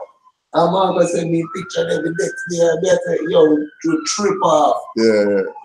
Thursday, Marco dead. For real. That's crazy. You're saying he died? Passed. Yeah, like Thursday, no? Thursday, me dey work because I work 12-hour shifts. So when me dey work, my phone everything, me just dey work. Me was Yeah. dey work. Yeah. Just work, I work. Before not even pick up service. Yeah. So as me step out I work now, my phone that already that I call me, I say, yo, if me not hear one. And I say, well, go on, because I wait on Saturday now, because Saturday, Marco come Yeah. Lambo, Right. and the range, we come black out. Yeah. But when you tell me, say, Marco there, That's crazy. 7 shot Marco get. And in 7, the huh? house, in just by 1 month, him living in a house, and get the range, Johnny Lambo, and the house. Whenever I hear myself from meeting, me want. So we just have a reason about it, and we say it's like a transition, you know? Yeah. You got what you wanted on the And then plate, that was it. Yeah. and then you just transition, you know? Because that was all. Yeah. That was the line. Yeah. That was the line. As soon as he got it, transition. Well, this I was explaining how they're talking about their ability. We haven't heard from them forever. Yeah. You know, And and last week we're picking up Just on like that, you Marco frequency of Marco. Yeah. Yeah. It's a transition.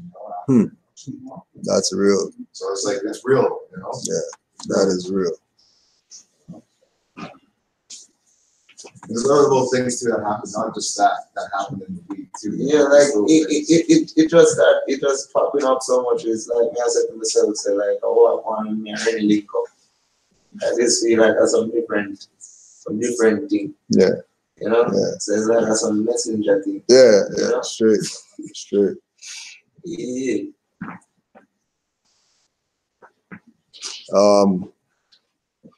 There was ever since a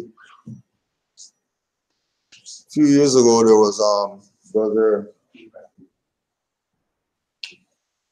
Latif Bey, right, the European, studying the info or whatever like that, and he took a position of Cujoel's his grand chief or whatever. So Moors now, Moorish World TV and all these people, they have their They went on him too. Don't tell me. they're going on the European, right? They're taking this thing like the club idea, because their perspective is, you know, oh yeah, they're bringing outsiders in and whatever like that. Now we know that Europeans are amalgamated, right? Europeans are amalgamated us, and ones that are living by the principles, they have some deeper connections than just any average European. There's Europeans who I talk to who, you know, they don't take bays or anything like that or whatever like that, and they're on par with where the Moors are, what the Moors are doing, what the Moors should be doing. They acknowledge the spirituality of the Moors, they acknowledge the history of the Moors. So we know that this is a mentality of the people who are in the temple that have dropped the ball all these years and not taken this to the hedges and the highways so that people could see this in real time, to know that it's something real. So when we started really embracing these Europeans, the concept was really, we know that that's how what the nigger wants. Nigger wants to see a European or hear a European say something before they say, okay, yeah, we can or we will or whatever. If European, Moors could say whatever. European comes on and says something about the Moors, oh, all of a sudden everybody's talking about Moor, right? We're talking about with Kim Porter. Kim Porter had her blackamoor necklace. Negroes said nothing. European came with her blackamoor brooch. Now everybody's mad Everybody's fighting this blackface and why they doing that. They can't wear that and all that type of stuff. Asiatic does it. It's not no problem. Everybody's cool with it. You know what I mean? So we looked at that as a way to show Asiatic people that you're a dumbass because even this European's a bait. Yeah. Even this European knows about Noble Drew Ali. You ask him about Quran chapters, he tells you label all the chapters for you. Ask him one-on-one questionnaire, he knows questionnaire. This is a European. You know, this is a European who he's not going to Staples or whatever like that to go buy paper. He's gonna go buy paper in the roll, cut his paper for his Ritz or whatever. This is a European. Yeah. Right? Not going out there go buy those guys' paper. He's gonna cut his paper for his Ritz because his perspective is, well, this is the magic or whatever. And then the paper is the parchment. Then well, I better have my own parchment, not Rico's parchment or yo, it's crazy, right? European used to go up to the lodge and tell them, those Europeans in their lodge, hey, what do you guys know that you gotta give the stuff back and all that or whatever. You guys gotta, you can't just keeping the secret that you don't know who the Moors are. You know what I mean? Getting life threatened, getting you know, having to deal with all this stuff right here. You know what I mean? More like there hasn't been the Europeans what we deal with. For example, we have brother Daniel, right? You would have seen him around that couple things. The redhead amalgamated more. Yeah. Right? That more put $4,000 so we could have a building. That's right. Wow. So how is it that we're gonna be, you know, against some Europeans or whatever, when Europeans doing more than, especially these Moors right here who like to talk BS. Right? All these Moors who never bought a Cujo book, never bought a Iron Sheik CD, never sent a donation, never did anything. But this European who's the devil or whatever, who's the colonizer, and he's coming in to take all our stuff because of whatever, you know what I mean? We're gonna throw him under the bus. One person, one guy that can take all the Right? stuff. Well, nothing is a It's secret insane. anyway. Right? But that's how you know that this has turned into a club. Right? Moor Science Temple has aspects of Moor Science Temple have made what the Moor Science Temple is into something limited only to Moors only. Like for example, last night we were watching this clown on Moorish World TV, and he's debating somebody named Chief X or whatever, right? Chief X is trying to push his position that he's African or whatever. He's African American and African or something, right? And Morisco World TV is telling the guy, no, you're Moorish American. Now, according to them, in their teachings, you can't be Moorish American unless you're in the temple. Well, did you catch the one that he mentioned to you, Grand Chief, he mentioned to you and said that you can't be a Moorish American because of the fact that we're over here in so-called Canada, so you can't be Moorish American, you're Moorish Canadian. Right. Yeah. Where's the logic? Where's the logic? Yeah, and the same way with this man. That he told the man last night, they're going around preaching that no, you guys are Moors, but you're not Moorish Americans because you're not in the right temple or whatever. But you're Moors, but you're not Moorish Americans. Yeah. And then he's gonna tell our brother that he's Moorish American. But we know that guy is not part of the temple. He studied diplomacy. Right? Yeah. He probably did. He probably did. Because he definitely knows about Marcus Garvey. He definitely knows about Marcus Garvey. All right, so let's continue something that happened last Sunday. It's morning time, right? So Sunday morning, you and my brother went for breakfast on Sanctuary. and Western Road. Straight home where the start house, new place there. Soon as we leave out, I heard my man. My son said, Dad, boys behind us, I don't even recognize him. I don't see him. And I don't want to see him either. I don't want to see him. Follow us from St. Clair all the way after Eglinton, then you make a left turn, right, go, a right turn, go. The plate on the car belongs to a RAV4 that's not existing. The sticker expired from August, now it's November. And you roll up beside me. I'm in the passenger, the guest seat, roll up beside me. You look. I just said to myself, you see God, let me see what you're gonna do now. You come behind us, and you follow and then you turn away. So it's like just like we're saying, they know. Yeah. Come up and you see who you see, you say, okay, go about my business. Because they know. They know. Yeah. Our people. There you go. That's Our people. That's the biggest. St. Clair, you figure out how far that is? Coming down Rogers Hill, up Black Creek, come across Eglinton, past Eglinton, and that's where you turn out. His face was like this is stuck in my head. He was following us, and like in my head I'm saying I don't even think we're gonna get pulled over anymore. Yeah. And then after he pulled up beside us, I'm like, what's this guy doing? And I see him dropping his neck in the steering wheel. Like I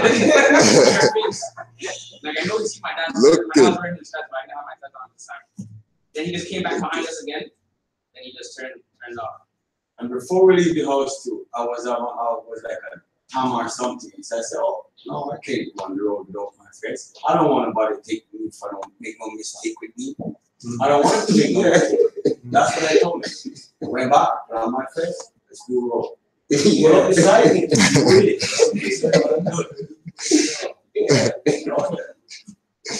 Yeah, I think we never had us on that time to live out. So what happened? Not even just the buzz, right? Not even just the buzz, the energy, right? Like I The said, energy, I mean, what do I mean? For their future recognition. Yeah. It does something. Yeah, it does something. Sure does. No, where is it? Because you didn't have to pull up beside us to see our faces. You could have pulled us over. Yeah. Because they were expired. Right. But there's something about what you don't see with the guests beside him have, and you have to go up there to see. Oh, yeah. So I said, No. I don't see his face. I never, as I said, I don't want to see him. I don't recognize him. You see his face, I don't see his face. I didn't happen. Yeah, most definitely. I said that, Which I is don't want to good. see him. I don't. Huh? You get the memo. Now, if you don't mistake me. Black, I didn't get the memo. Don't mistake me. Everybody else got black. You guys didn't tell me what's going on today? you didn't look at him once. I didn't look at him. But I said it, I don't want to see him. Yeah. I didn't look at him. Yeah. He looked at him. He come beside me on my side and look at me real good. And he's telling me he's looking at you, Dad, and he started laughing. I said, yeah, you see God. That's that old saying too. You see no evil, speak no evil. For real, straight up. And then he come behind us until he follow across everything and we go his own way. Yeah. We just wanted to put this one out again in case people forgot. 2017, July, there was also, this one wasn't really talked about too much, but there was also a proclamation for Milwaukee from the mayor of Milwaukee, city of Milwaukee. Whereas the city of Milwaukee proudly joins the Moorish Science Temple of America in recognizing Authority Day on Thursday, July 20th, 2017. And whereas the Moorish Science Temple of America was founded by Noble Jew Ali in 1928 as an organization dedicated to the heritage, culture, and faith of Moorish Americans. And whereas the Moorish Science Temple of America recognizes that Moorish Americans are descendants of the ancient Moabites that inhabited the northwestern and southwestern shores of Africa. And whereas the Moorish Science Temple of America is a lawfully chartered and incorporated organization that encourages members to obey the laws of government and live life accordingly.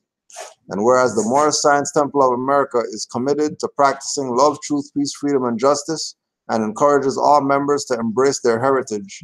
And whereas the city of Milwaukee commends the Moorish Science Temple of America for its dedicated service and leadership and recognizes its outstanding contributions to the community, now, therefore, I, Tom Barrett, Mayor of the City of Milwaukee, do hereby proclaim Thursday, July 20th, 2017, to be the Moor Science Temple of America Authority Day. Tom Barrett, Mayor. We don't have the letter form yet. Huh? We don't have that in the letter form here. Which one? R1? This one you got. No, I don't think that one's up here. The Chicago one, I have. Yeah. Laminate mine. Yeah, no, we can send this one out. Yeah, for sure. Yeah, I'll send this one out.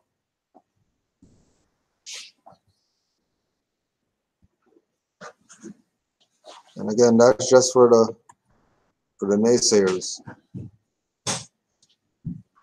Yeah, and there should be no problem after that, you know, like they're telling you, all right, guys, you know. Yep. Get on it, wait, you know, it's. One more acknowledgement is needed. You know, They want to retire. yeah, pretty much. Yeah. That's exactly what I'm saying. Yeah. Can't retire because we're still That's the work. straight up. I need money. 100 years behind. Yeah, we're late. You're late. 100 years behind. Here, look at this. Yeah. I just got some random text message from some person, I guess named Lisa. It says, Hi, it's Lisa from the Conservative Party. Can the Conservative Party count on your support in the next federal election? And it says reply yes or no. And just now I messaged them, how you get my number, Lisa? Then on like 2 seconds they reply back, all numbers in Canada are publicly available through the Canadian number and plan. Then it says if you don't want more text messages from us, please reply stop. But They're gonna get paid anyway, whatever you send them. they're getting it regardless. They've been got it. Not private. Nothing's private. It's public. The other day I got a call from Windows and Doors people on my cell phone for the first time.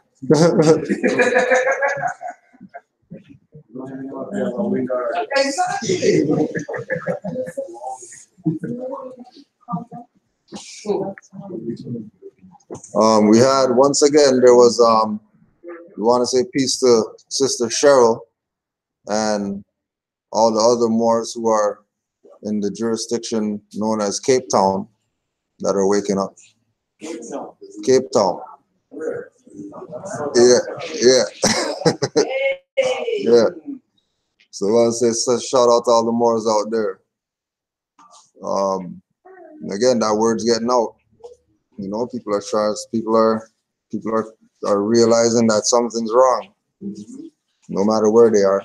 And again, because of this, you know, again, Moors not recognizing what it is that we were doing with having our membership open to anybody anywhere, because so many people were not having access to Moorish anything.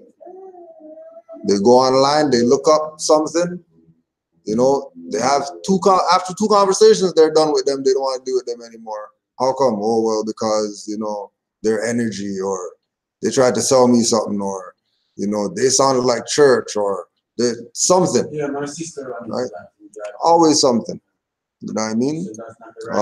And again, nothing we've ever done is on our own strength. Everything is based on people who were before us that were doing certain things that we were studying from. So Grand Sheik Nature was one of those first people that I saw had a website with, you could be a member of our temple even though you're not in our jurisdiction. You know? People are just holding it down by themselves too. Yeah. I was talking about guys in Texas. I'm like, oh man, you guys have the temple up there? He's like, I am the temple. And he's probably one of our students, you know, because that ain't no temple people talking. The temple people don't talk like that. I'm the temple. No, you're Noble Trolley didn't found you and all this stuff. You start talking crazy. Right?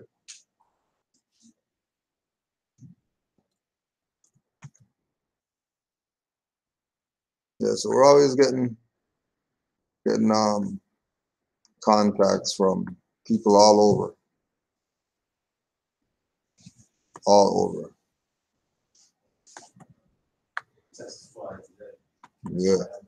Yeah, straight up. That's why I'm here. Oh yeah, you might as well put your little story on the record. How you? Frankie Bay. Hey. Islands they call Bermuda. And Frankie Bay. Yeah. Oh, you're okay. Yeah. You say you're from Bermuda? I'm from the islands called Bermuda. You remember the one from the barbecue, right? Yeah, you was at the barbecue. Yeah, with his son. Yeah. So I was just jumping in on what Kudu was saying. Because this temple opened up like that, I was able to get in. Otherwise, I'd probably still be in DVD searching. You know what I mean? So, thanks for that. There's love. I think that's the right way anyway, because when you check the history, that's what the Moors did everywhere. They opened up everything to everyone. Right? True. For universities and all that type Yep. of stuff. Right. Right path anyway. Yeah. I don't know what these other temples do. I don't really know much about them, but it smells like church. Yeah.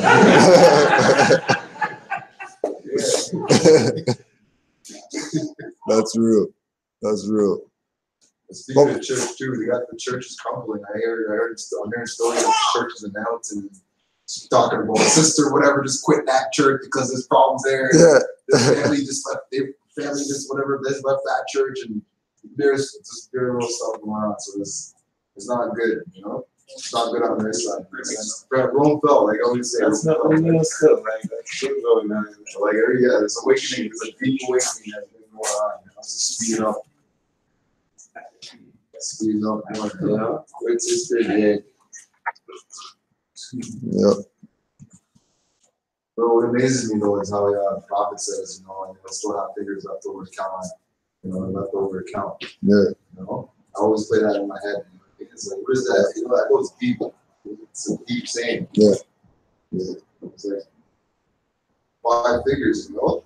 Yeah, let's leave that. That people keep working, isn't it? Yeah. Let's leave that. Yeah, probably that. I think about it every time somebody doesn't get it. Right. Fingers left over. Yeah. Yeah. Yeah, that's right. Yeah. That's a deep one. That's a deep one. Fingers left over after still. That's a lot. Also, if you haven't heard, we can't play this one, but we want to at least put it out there. There's a video on Vlad TV called Young Noble on being last Outlaws member. Young Noble on being the last Outlaws member. And the concept of the names of the different artists in the Outlaws. Tupac was telling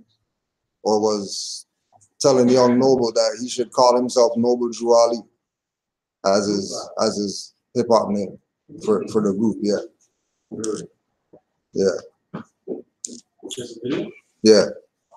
There's a video of him talking about it. No, not Tupac saying the guy who Tupac was saying to name Noble Drew Ali was talking about it. Yeah. Yeah. So that's just something to watch. The reason why we're not playing it because when we found out about it and then we uploaded it, Vlad snitched on our video and got us a strike on YouTube because we used his video or whatever. Yes. Huh? Young Noble of the Outlaws was supposed to be his hip hop name was supposed to be Noble Drew Ali. Is it the one that says Young Noble on being last Outlaws? Yeah. Yeah. 7 minutes 45 seconds or something. Even Tupac was even saying, there's a video of him saying, mentioning that we should get away from the black thing because when we get away from the black thing, our problems will be solved. He literally says that in the video. Yeah. Like when we get away from the black problem, our problems will be good. You know? Yeah. And that was a Tupac. And Tupac was like, you know, so imagine if he knew that, he was saying that. You know? You're gonna be going like that. Yeah. Now there was Amar sent me something. You could probably kill this one. We're talking about this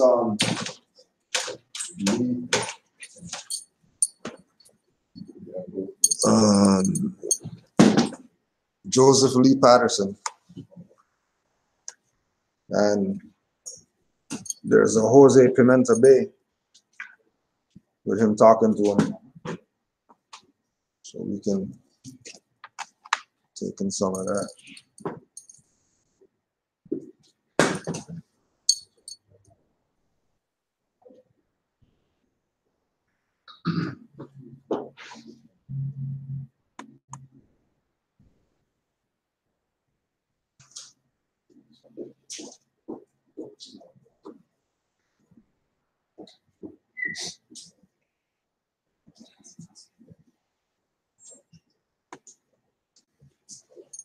Hold on, man. No, I'm about to play something.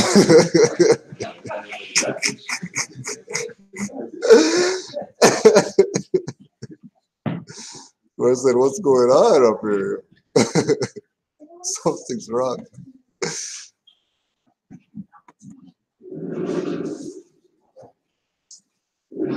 They going out on date maybe, but they haven't set their different men.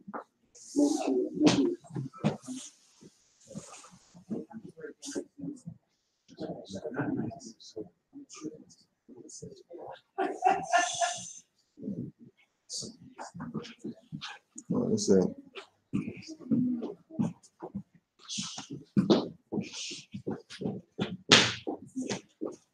Oh no, that ain't that. Sorry, y'all. Anyway. Maybe downstairs in the little cubby holes of the thing. There might be some pencils there, but I don't know. Doubt it.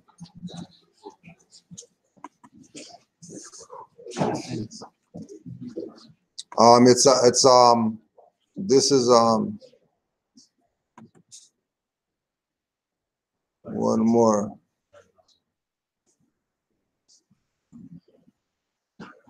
Last question. Since you have been woke longer than I have, do you remember a time where it seemed people are not afraid to tell the truth? Or have people been confessing? It's just I was not awake to hear the truth. And there was a link attached to this with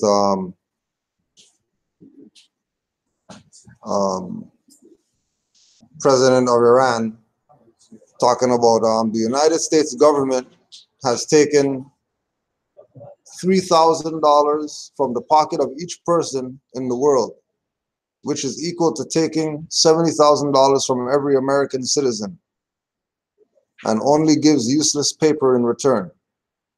Dictatorship of the dollar. So we put this out to Mars too.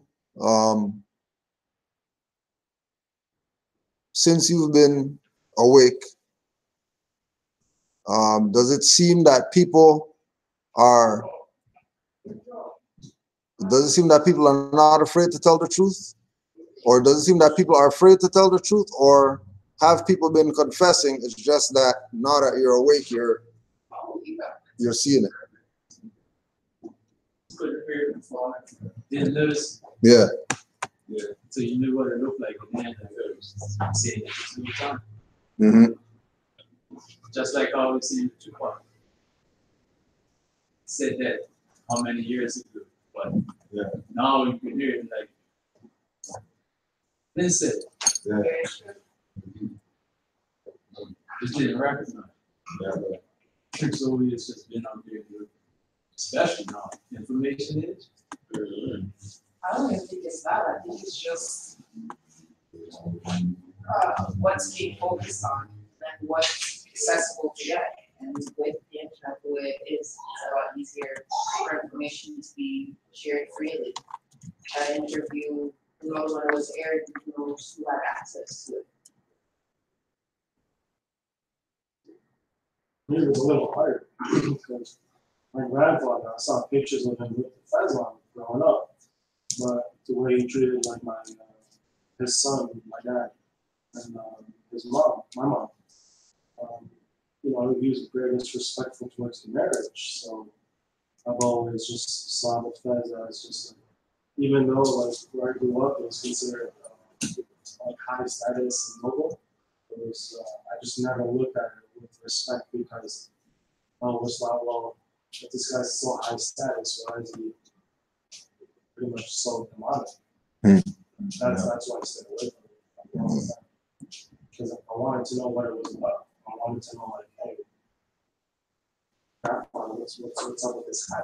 But then I would never want to talk to him because I see what he does. Yeah. And that's what kept me away from this.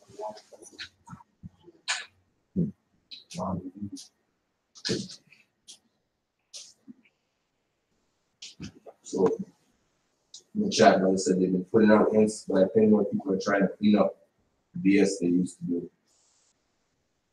Yeah. Damage control, why there's a lot of information out right now.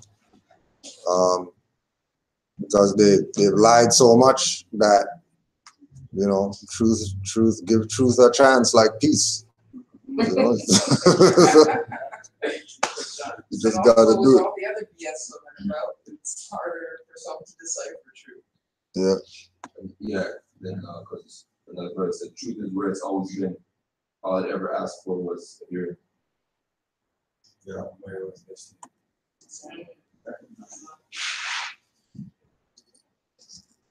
People said stop being black, but there weren't anything else to put in place. So you just fell right back into it. Right back into it, yeah. They stop and this. Yeah. Stop being black. Yeah. And the other option is what? Negro and colored. Yeah. Yeah, I think you know, just like everybody else, the information is out there. So, you know, it's just the fallen tree still makes a sound if nobody's not there to hear it. So the information is there. Now we're awake. Now we can see the stuff they've been throwing in our face and all that we were missing because of how dumbed down we are. You know, they're not I don't think it's a thing of anybody doing something more or less than they were doing. It's just, you know, those who are in the know, they see more.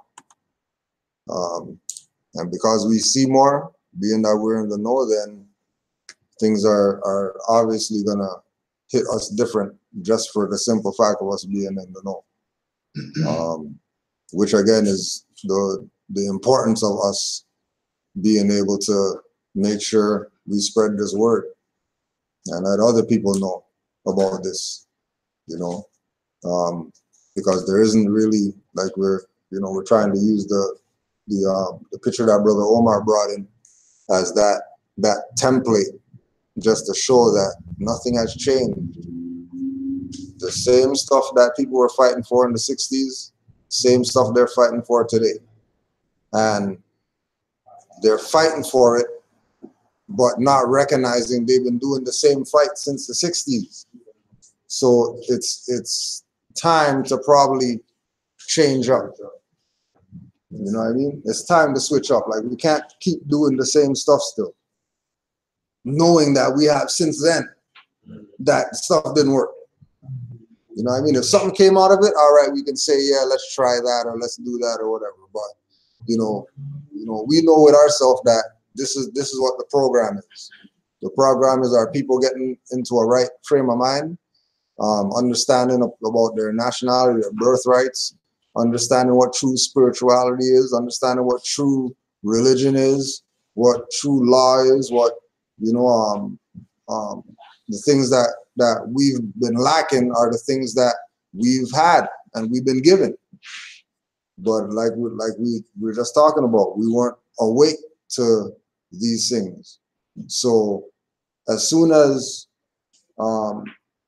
we start embracing the fact that we were given something to save us, just like the Moors were talking about, embracing the fact that I don't see these people. Even if they're there, I'm not looking, because then that makes them real. And you keep, doing these rituals and these things, and you realize that certain things are going to start manifesting. But we have to be just mindful that we are the ones that have it, just based on our own interactions with other people, with a Moorish mindset, and how they deal with us, opposed to how we used to get dealt with in the Negro black status or whatever. Like, no, it's real. Go to the court and wait till my lawyer come. I don't want to miss it. And now I find they calling me out of my bed. Are you coming to court today? I tell you. Man, I used to go there and make sure I wait for my points lawyer, man. I'm waiting. And if he's late, I'm going to tell you, Your Honor, you want to hold him out the door because my lawyer is coming. That's what I used to. And now they're calling me out of my bed. Are you coming today? What is that? You see the difference? But it's a little different, you know. You mentioned it's the same fight. When you mentioned Omar's picture, I think it speaks to what Brother Frankie was saying, that we're 100 years late. Yeah. So maybe it's been the same fight all this time, but right. we're using the wrong ammunition. Yeah.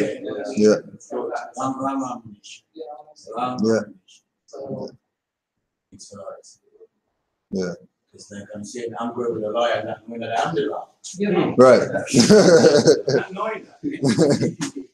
Right. Yeah.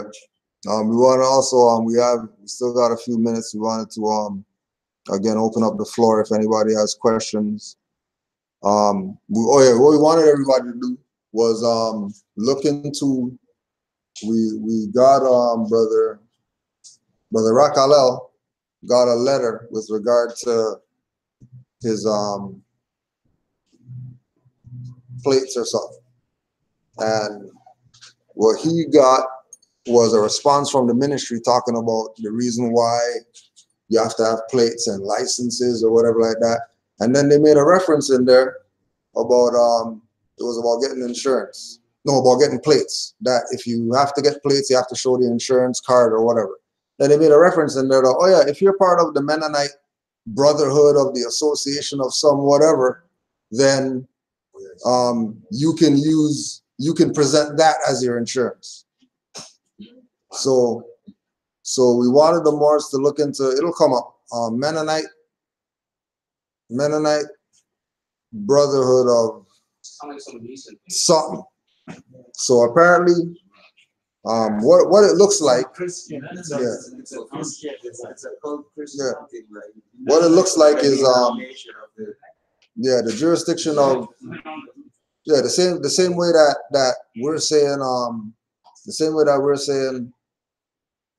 Moorish Divine and National Movement, Moorish Holy Temple, Moorish Science Center. The Amish have a Mennonite whatever, and then whatever that deals with their farming whatever, and then they have whatever, but it's all quote unquote brotherhoods or associations or whatever that they're doing this under, right? So they're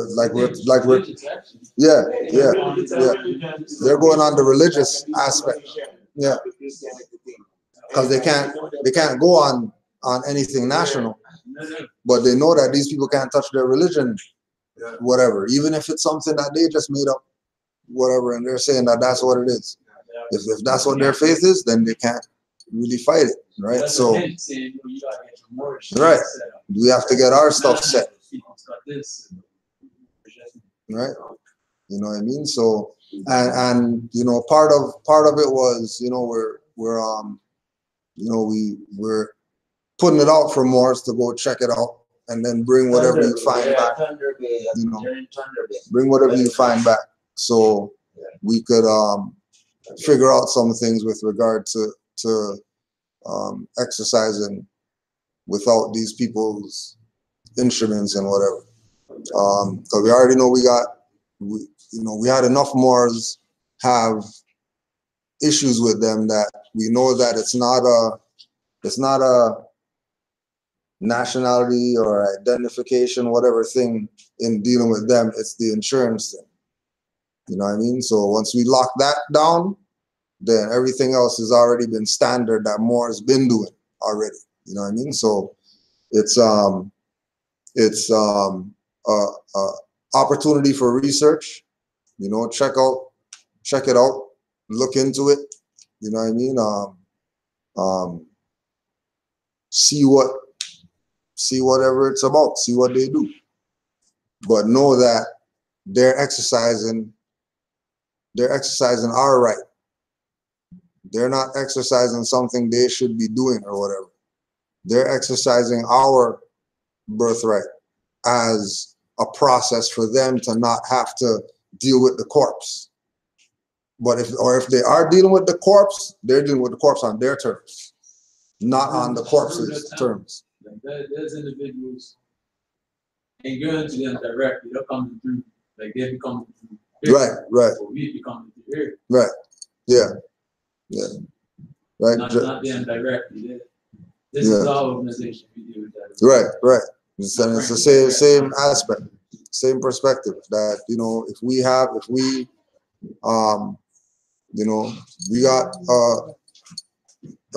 institution for our practice, our religious practice. We have our own that we go to. We have we need groceries. We have our own that we go to. We need insurance. We have our own that we go to. We need identification. We have our own that we go to. You know what I mean? That's where it's supposed to be going. It's just not going there because of the lack of our people seeing how much this is theirs. They always detach from it being theirs. Like, for example, me and Omar were talking about how we have to get the mailbox is going up because Moors are seeing this as theirs and they're starting to get mail here. You know what I mean? Because your domicile is private. Why would you want these foreigners sending stuff to where you rest your head at? If you have somewhere that you can direct them to send their correspondence, right? You had something, Omar? I know you're on to the Mennonite paradigm that you're talking about. What I think I sort of see it from a different angle, that they are going on their stuff from the perspective that was what we gave them to be able to operate here. This is our stuff. What the European is doing is they've replaced us. They have supplanted us. So they're operating.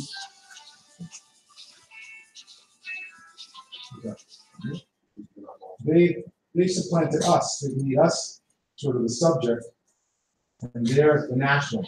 So that they're in ownership of their stuff. The Mennonites are then sort of foreigners here, but they're going on their religious rights.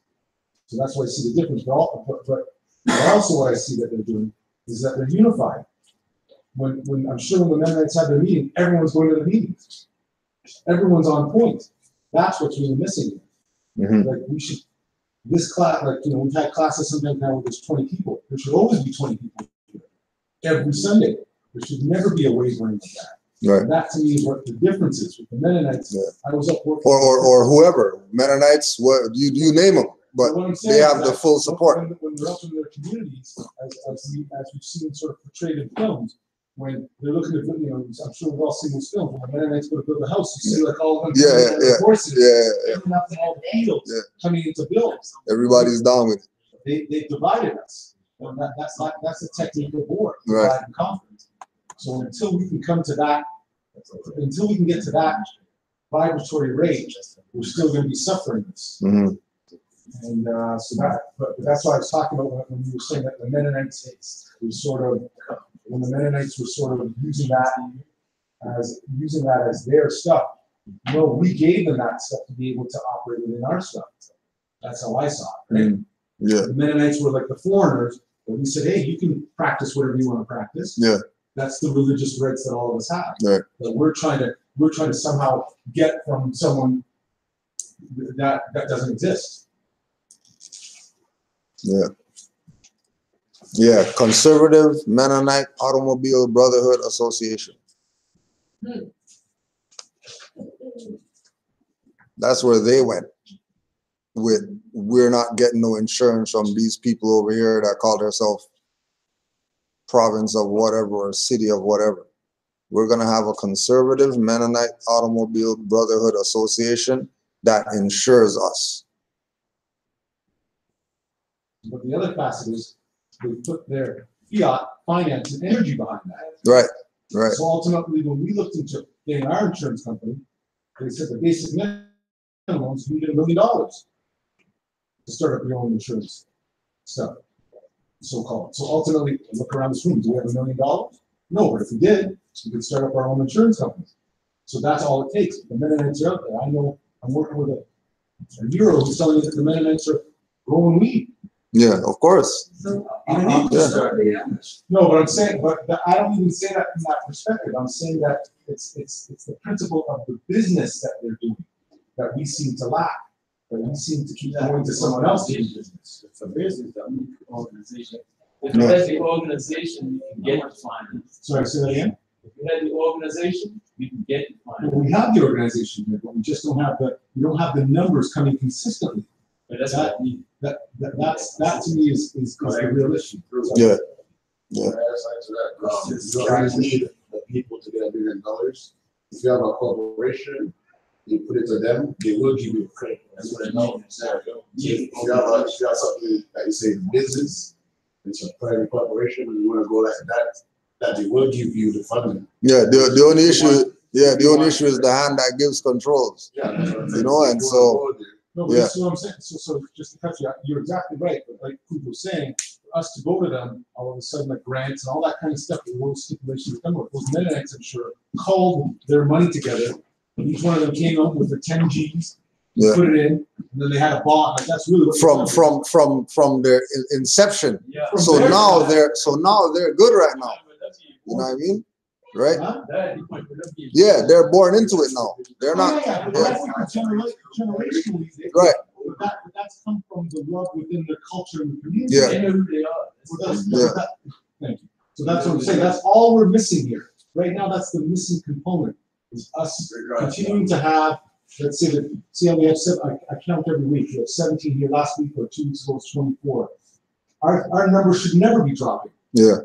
They should never, it should always be growing. There should be a point, like the same way we're at that last temple down there, the next year or 2 years, we should be busting at the seams here again. Right. And then and as we all know it, we are turning that, like if anyone's ever run, we're turning that first corner right now. We're in that first 100 meters. We're around that corner. Once you look across the street, once we have a building like that, and then we've got all of our services in there, and we've got 50 people or 100 people coming every week. That's when things will start happening. We're sort of getting to that, we call it that tipping point. We're not there yet. Yeah, and again, we're using the other spot as the example. You know what I mean? Like, when we hit the tipping point there, everything started manifesting because it just had to correct itself. You know what I mean? Like it had to happen. It couldn't stay in that state anymore because it was getting out of its. Go ahead, Mark. The last thing I was touching on with this was that what I realized also within our communities, which I think is the most sort of the biggest problem here, is that we let a lot of these fraudsters get away with this. I don't hear about any fraudulent Mennonites. I don't hear about any fraudulent whatever. We're the only sort of group that seems to have, like really we should be riding on any of these dirty wars. Yeah. So to speak. You know what I mean? Yeah. Guys up in Brampton, whoever doing their stuff, those people should be running for their lives right now. Yeah. So to speak. Because that's destruction from the truth. Exactly. That's right. But I'm saying that within our communities, what happens is we sort of, it's like that concept where we're walking on the street, we're seeing someone getting beaten up, and we keep walking. Yeah, bystander effect. Yeah. So that's actually, like I mentioned before, we should be trying to use both. community solution, but that's another thing. But what I kind of imagine right now when I get the vibration is that it also it's going to happen when we all study and we're all in the same mindset and why we should get $10 or why we should get $10 million, whatever that we have, why we should generate it to this. So it takes like-minded people to do that. It's not going to take a guy who will say, I'm going to lose if I give you this or I'm losing. It shouldn't be. So when we study, we will understand why we should be funding ourselves. So it takes us the knowledge too. Well, I'm agreeing with it, but I'm talking like, let's say, I'm just talking sort of like in a friendly circle here. I don't think there's anyone here. It's okay what you're saying, but it's more like, what you're saying, new people, new ones. Right, but we all of us, we pass. What you saying now, we pass. How much of us, how much of us, if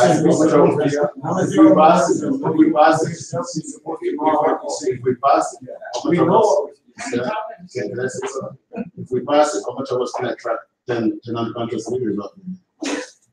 Well, seriously, if we pass it and we all study, we're very restricted to be able to draw in somebody.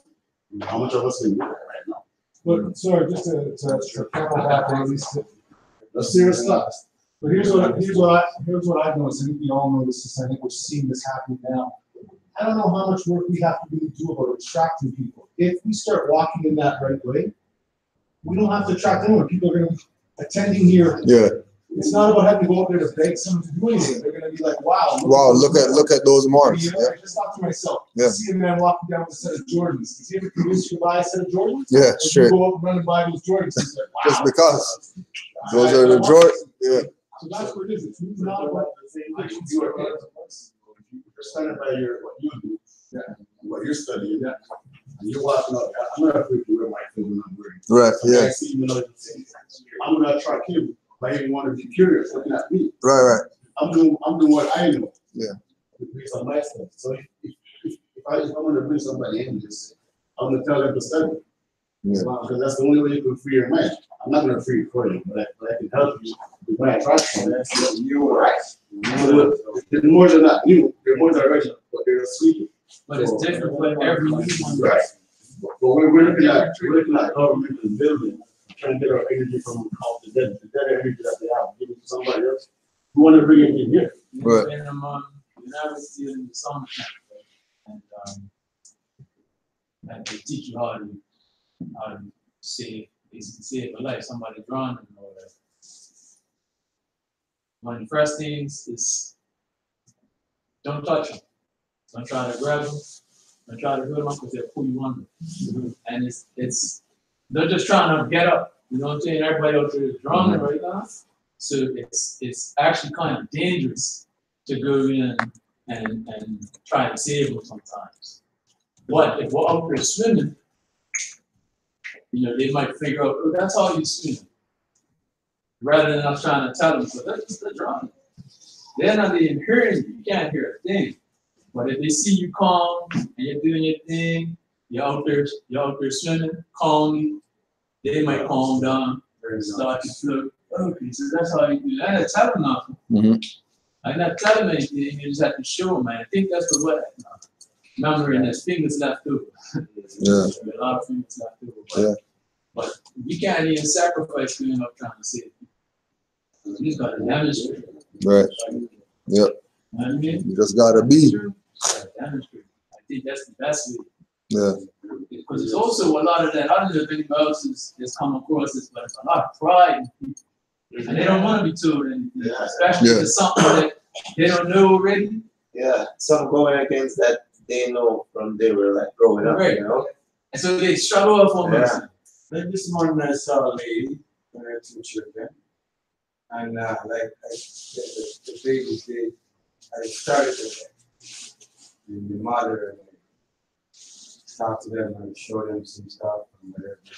And then I even said to the little one, you in school, right? You know that there's part of speech with black, white, no, adjective. He said, which one you prefer? You prefer to be a noun or to be an adjective? Which one you prefer? He said adjective. So now when we get back to Mommy, when I say, son, Mom, they know what's good. It's only us don't know. And then she said to me, you are the one that come to the Martin's up on.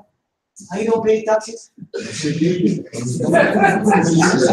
Yeah. Remember me now. And it's the babies that with her why I started to, you know. What is that demonstration? But like she said, now she knows that because she see I do it in the store. Babies never know. So maybe right now it's not for her. It's for the babies. And now it's the only time I ever see her with the children. And the little boy already know, oh, I'm not black. I want to be a known person. You can get it off, that's not his head again. But I'm teaching at school though, brother. Say, known as a name of a person or place or a thing. And also twist it again in the school. Don't worry about that. They say you're going to be proud to be black. They twist it again in the school.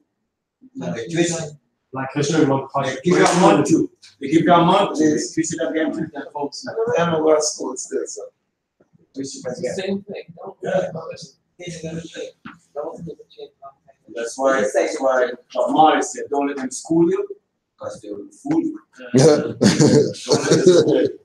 So basic, but so advanced. Yeah. So once again, December 2nd, we're going to be with the Northern Hamilton, 35 Lynbrook Drive, Westmount Recreation Center. That's the same spot that we had the first time? Or a different spot? All right. 12 p.m. to 6 p.m. Is that 12 p.m. start? Yeah. Or do you want to say one Count about 6 hours, so I just did it. Yeah, so we got how much ever time we needed within that 6 hours. Well, 1 o'clock start or something? Yeah, so why don't we say like officially he'll kick off at, Yeah. at 1. Yeah, Doors open at 12. Yeah, 12, yeah. You got the email with the flyer and stuff? Yeah, I got All right. Yeah. Did you send that to me? Yeah, you should have been on the list. So one of the things that I think we were looking at is trying to get some kind of we were thinking just Catering? Yes. Yeah. Now we're looking at sort of something a little bit more involved, like sort of a plate thing versus sandwiches. Is that what? Yeah. Well, did you go to the? You went to the island. When you went to the island, were you there? When you went to, yeah. So like that, you gotta do it like the content.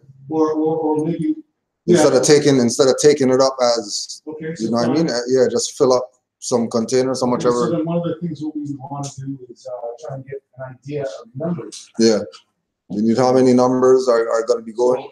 So just in theory, how many people in this room right now would planning to go there? And then also take into consideration carpooling. So people with rides are going to be needed for making that trek. So we could maybe meet here, or people could just pick up whoever they're going to pick up, and we just meet out there.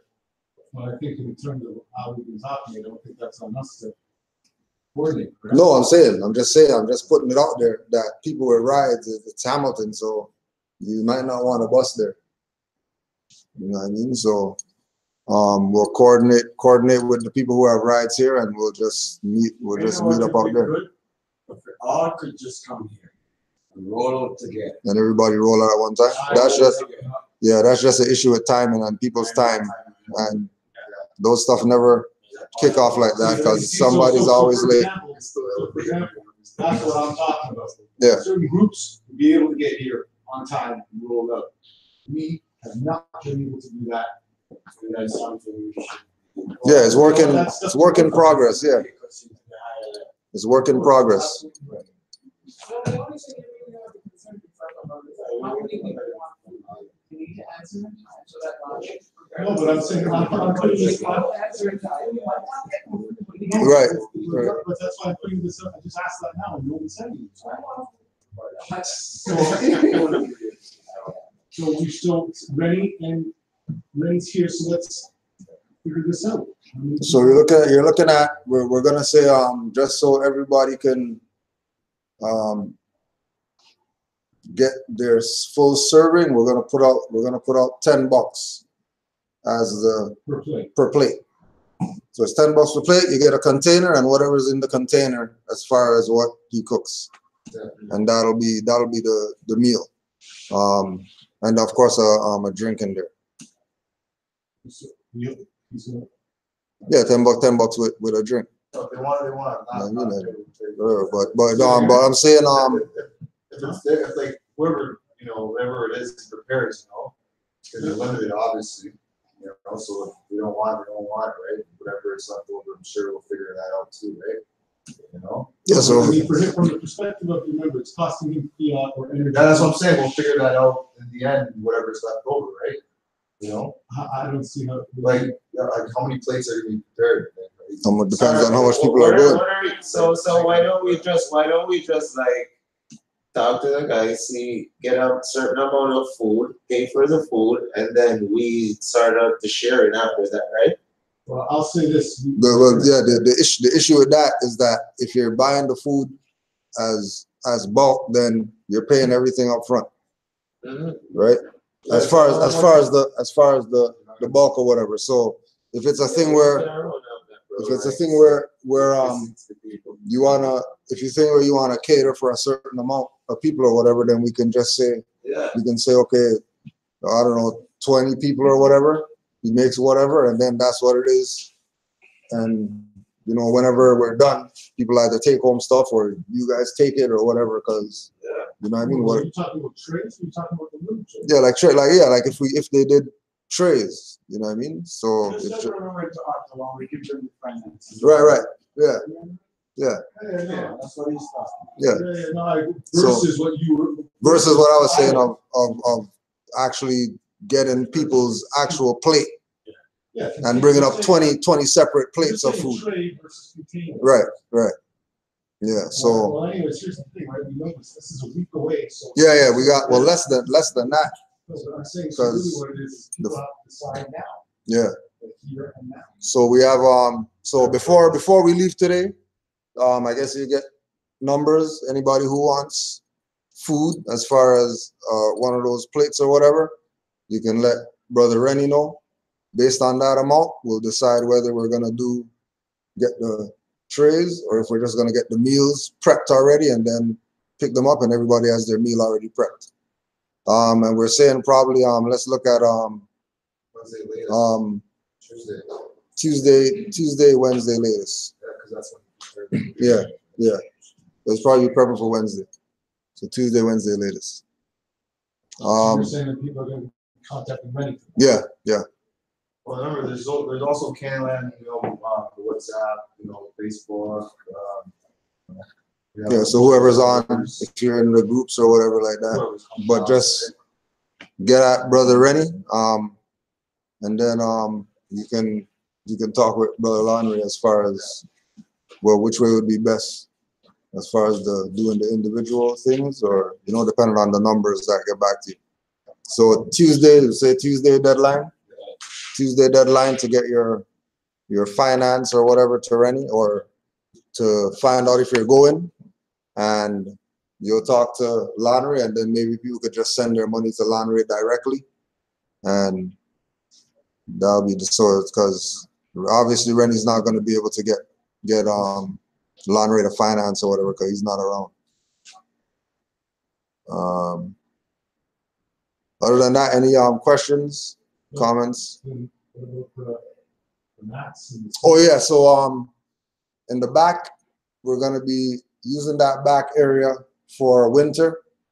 We're gonna be putting some signs up. Make sure you get your inside shoes or your inside slippers or your thick socks or whatever, because it's gonna be no footwear once winter time starts up. We're gonna have a brush off outside, and you come in, you're gonna take your shoes off in that little hallway right there, and then you can place them over here on the mats. But then basically everything coming inside of here is going to be inside shoes.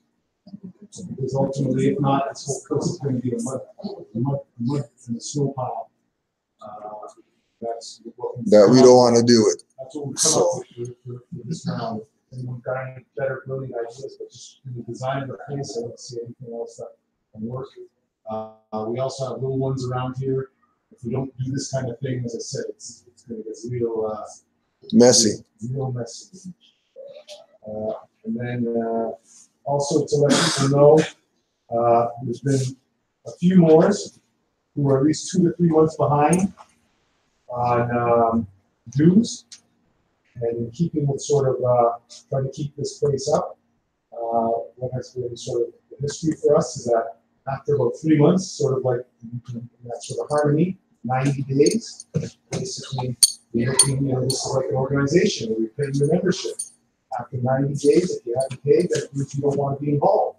So therefore, what will happen is that your membership will be suspended until you get up to date. So I'm sure most Moors know who they are, who haven't been paying their dues. But ultimately, there will be an email sent out, there will be phone calls made to you, but it's going to take fiat and finance to raise the nation as well as keep this building up and running. And there's also remember that as far as finance, there's different ways out there as far as accessibility for finance. So if you have business ideas or whatever that can access money out there, if you're a member, implement your idea and use the temple as your office space. If you can get some type of finance, it's the freaking now I think because it's not balanced or something. The water bottle is not balanced there. Okay, so I know. It got me one time. So and then also too that look at the example of the brother Alair, sister Naima, brother Daniel, brother Kiba, brother Yasun, certain people that would put bulk in, right? Some people put $4 grand, some people put $5 grand, some people put $1 grand, some people put whatever. But again, it's going back to this is yours to do with it what you will.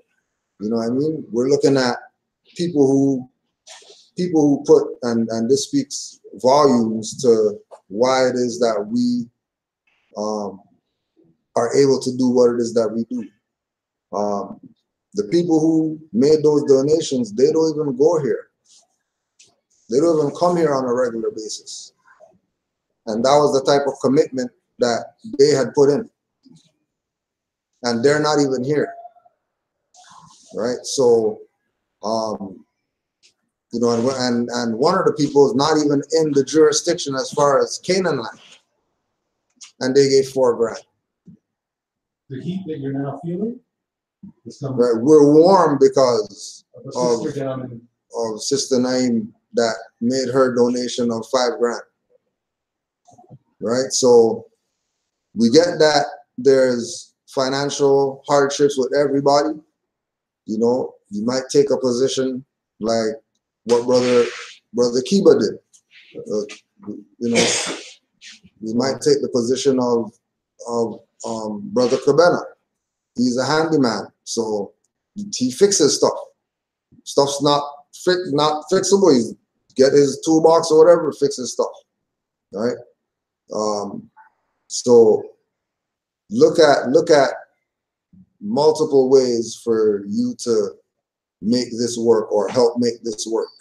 We're not limiting it to finance, but that's the most important aspect right now because rent has to be paid, bills have to be paid, and the people who are administering those things, they want finance right now. They want their real money over.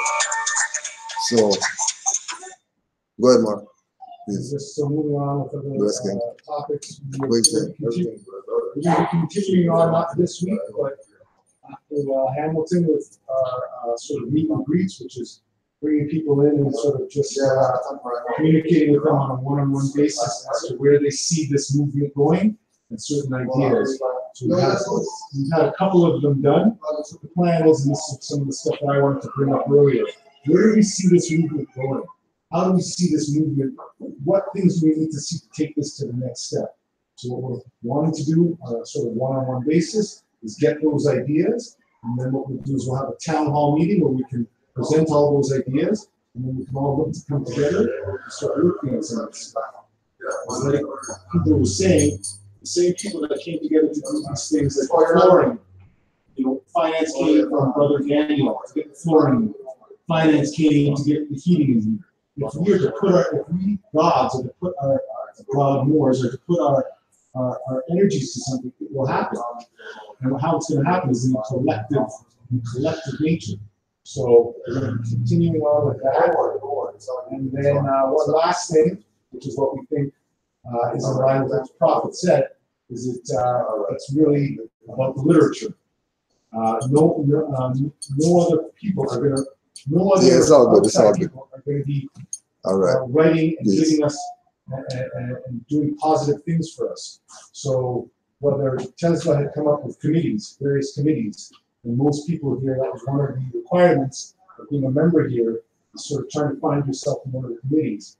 And one of the things that we talked about in the autumnal equinox was having each of the committees come up with some kind of articles or editorials that could be put out there either as testimonials or as self-help or whatever it is. But we're looking to then have a summer solstice edition of the Moorish Guidepost produced, which will have the various committees editorials in there. So all you members know which committees you're in, and we will be expecting those editorials to be there so that we can start producing literature, so that when we're out there on the streets, the same way people were saying that we got to wake those people up, we can be giving them our paper, and then they can be going home with that literature that we produced. That's our energy, which will help wake them up. So you don't have to say anything to someone. You say, here's a paper, go take a look. And more than likely there'll be something in there that will connect with you. So just look for be on the lookout for more information on that, and look to talk to your committee leaders as to how that's going to manifest. And then lastly, we've seen, as Kujo was saying, there's a lot of people doing a lot of works out there, and there seems to be correspondence sort of coming in here. And one of the things, and this was something that this is one of the things that we've been in the process of doing, but just the same way where you're not going to have them sending correspondence to your domicile, you're going to be wanting to have it here. But ultimately, I or any one of us individuals are not going to be wading through that stuff. So what's going to happen is we're going to be setting up mailboxes for you. So, and what the expectation is if you're out there and you're going to be doing that work, and what will happen is you'll be sort of renting a mailbox, and $3 a month or whatever it is, and then you can just have your correspondence going there. You can come in here and pick up your correspondence, but you will have a centralized spot. This will be your embassy, where your correspondence will be. And it'll be in certain slots. You'll have a slot, let's say you're number 7, you go to your slot, there's your correspondence. Right, more? Any other questions, comments? Oh yeah, and don't forget Nova Juali Day. Oh, you had something before that? Just one other thing, I had been thinking about doing a sort of winter solstice walk or something. I've talked about that, but I went to check out the spot that I wanted to do. And since it was sort of off-road, it's very muddy there.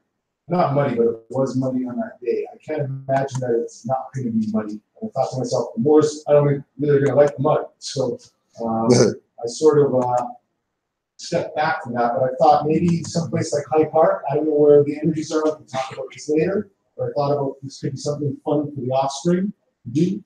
We could be out on a Sunday and then have them running around and tiring them out. That kind of thing. If anyone has ideas of maybe locations.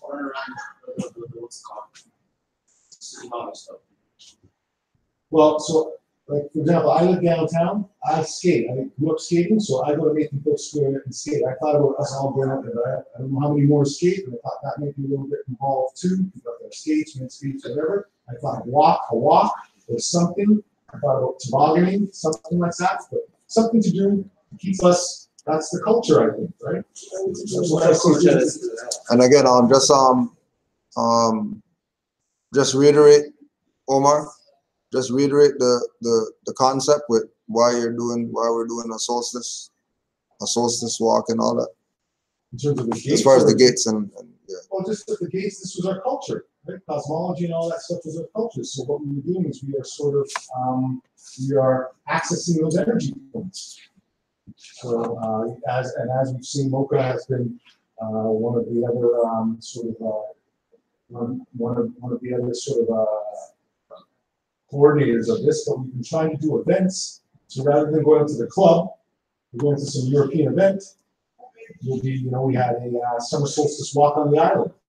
I thought most of us liked it, though most of us got tired after about the first mile.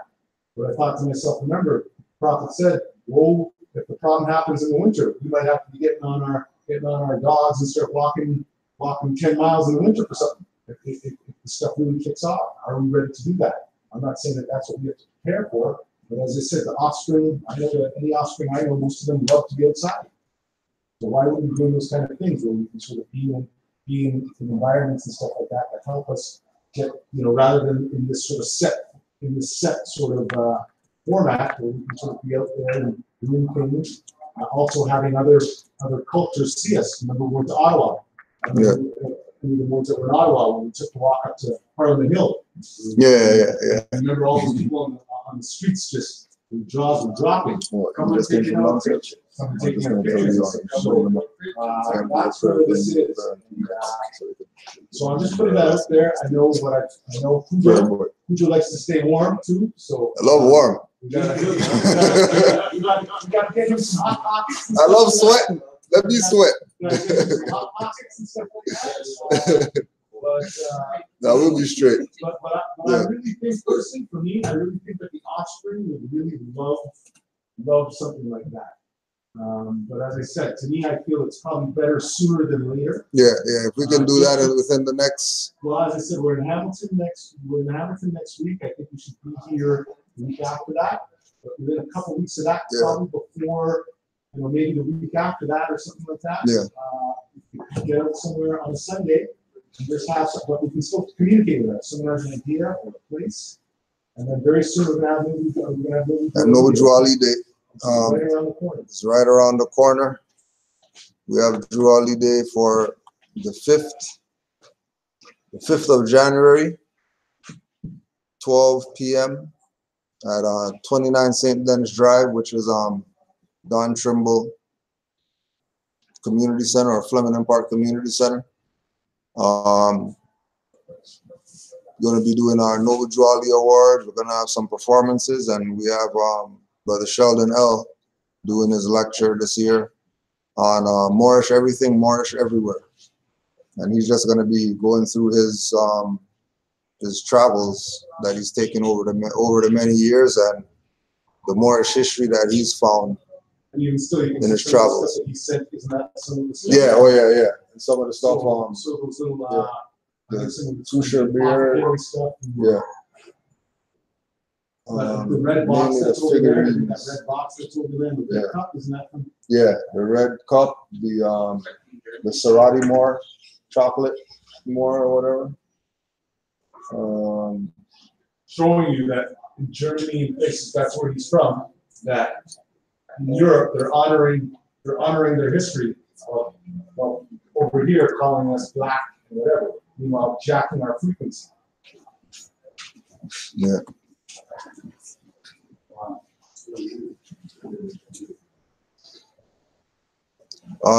Any questions? Close out questions or comments? Oh, sorry, is taking orders still? Or your order is closed, or you're still taking? What? Yeah. Yeah. So I'm ordering like tonight. So I'm ordering one pheasants. One the pheasant. So you have to measure your head size. Yeah. And so they say that. So by tomorrow. Okay. So what e-transfer? Yeah, I do it there. How much is it? I'll just order it. And then I never pay about. Yeah. And then it's the same as a fitted hat. So you can just go to tramps to one of them spots and just trying to fit it, and it's the same. Or you just take a string, raise your hand, Yeah. a ruler. And then measure, yeah.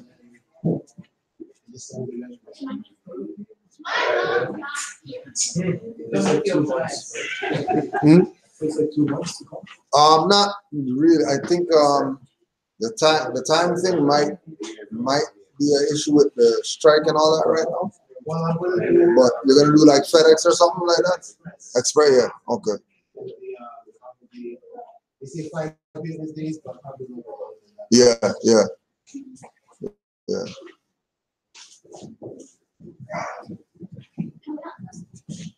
All right, Morris, Islam. Give thanks for the energy today. What's up, Durham? Everything good? So we're just gonna get our close up. Don't forget, you have to tell them to face the east too. Huh? Make sure everybody's here. Go see if everybody else is here. Check over there, see if everybody else is here. Tell them. Everybody else is here.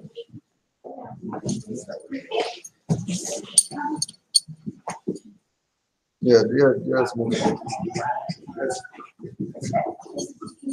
See them?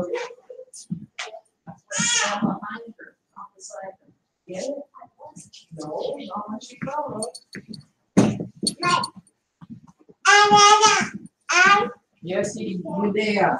You there. One from the left, two on the right.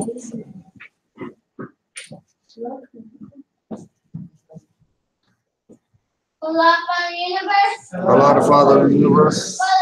Father of love, truth, peace, freedom, and justice. Allah is my protector. My guide. And my salvation. By night. And by day.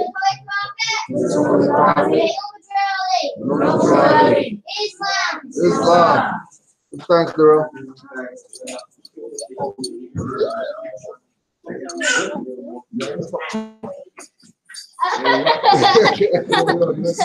You thought I was gonna throw you up there. Goes in, bro. So it goes in.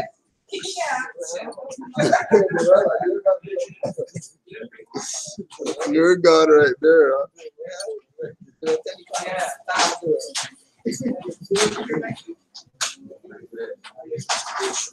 Yes, sir. You got them. Yeah. So, okay.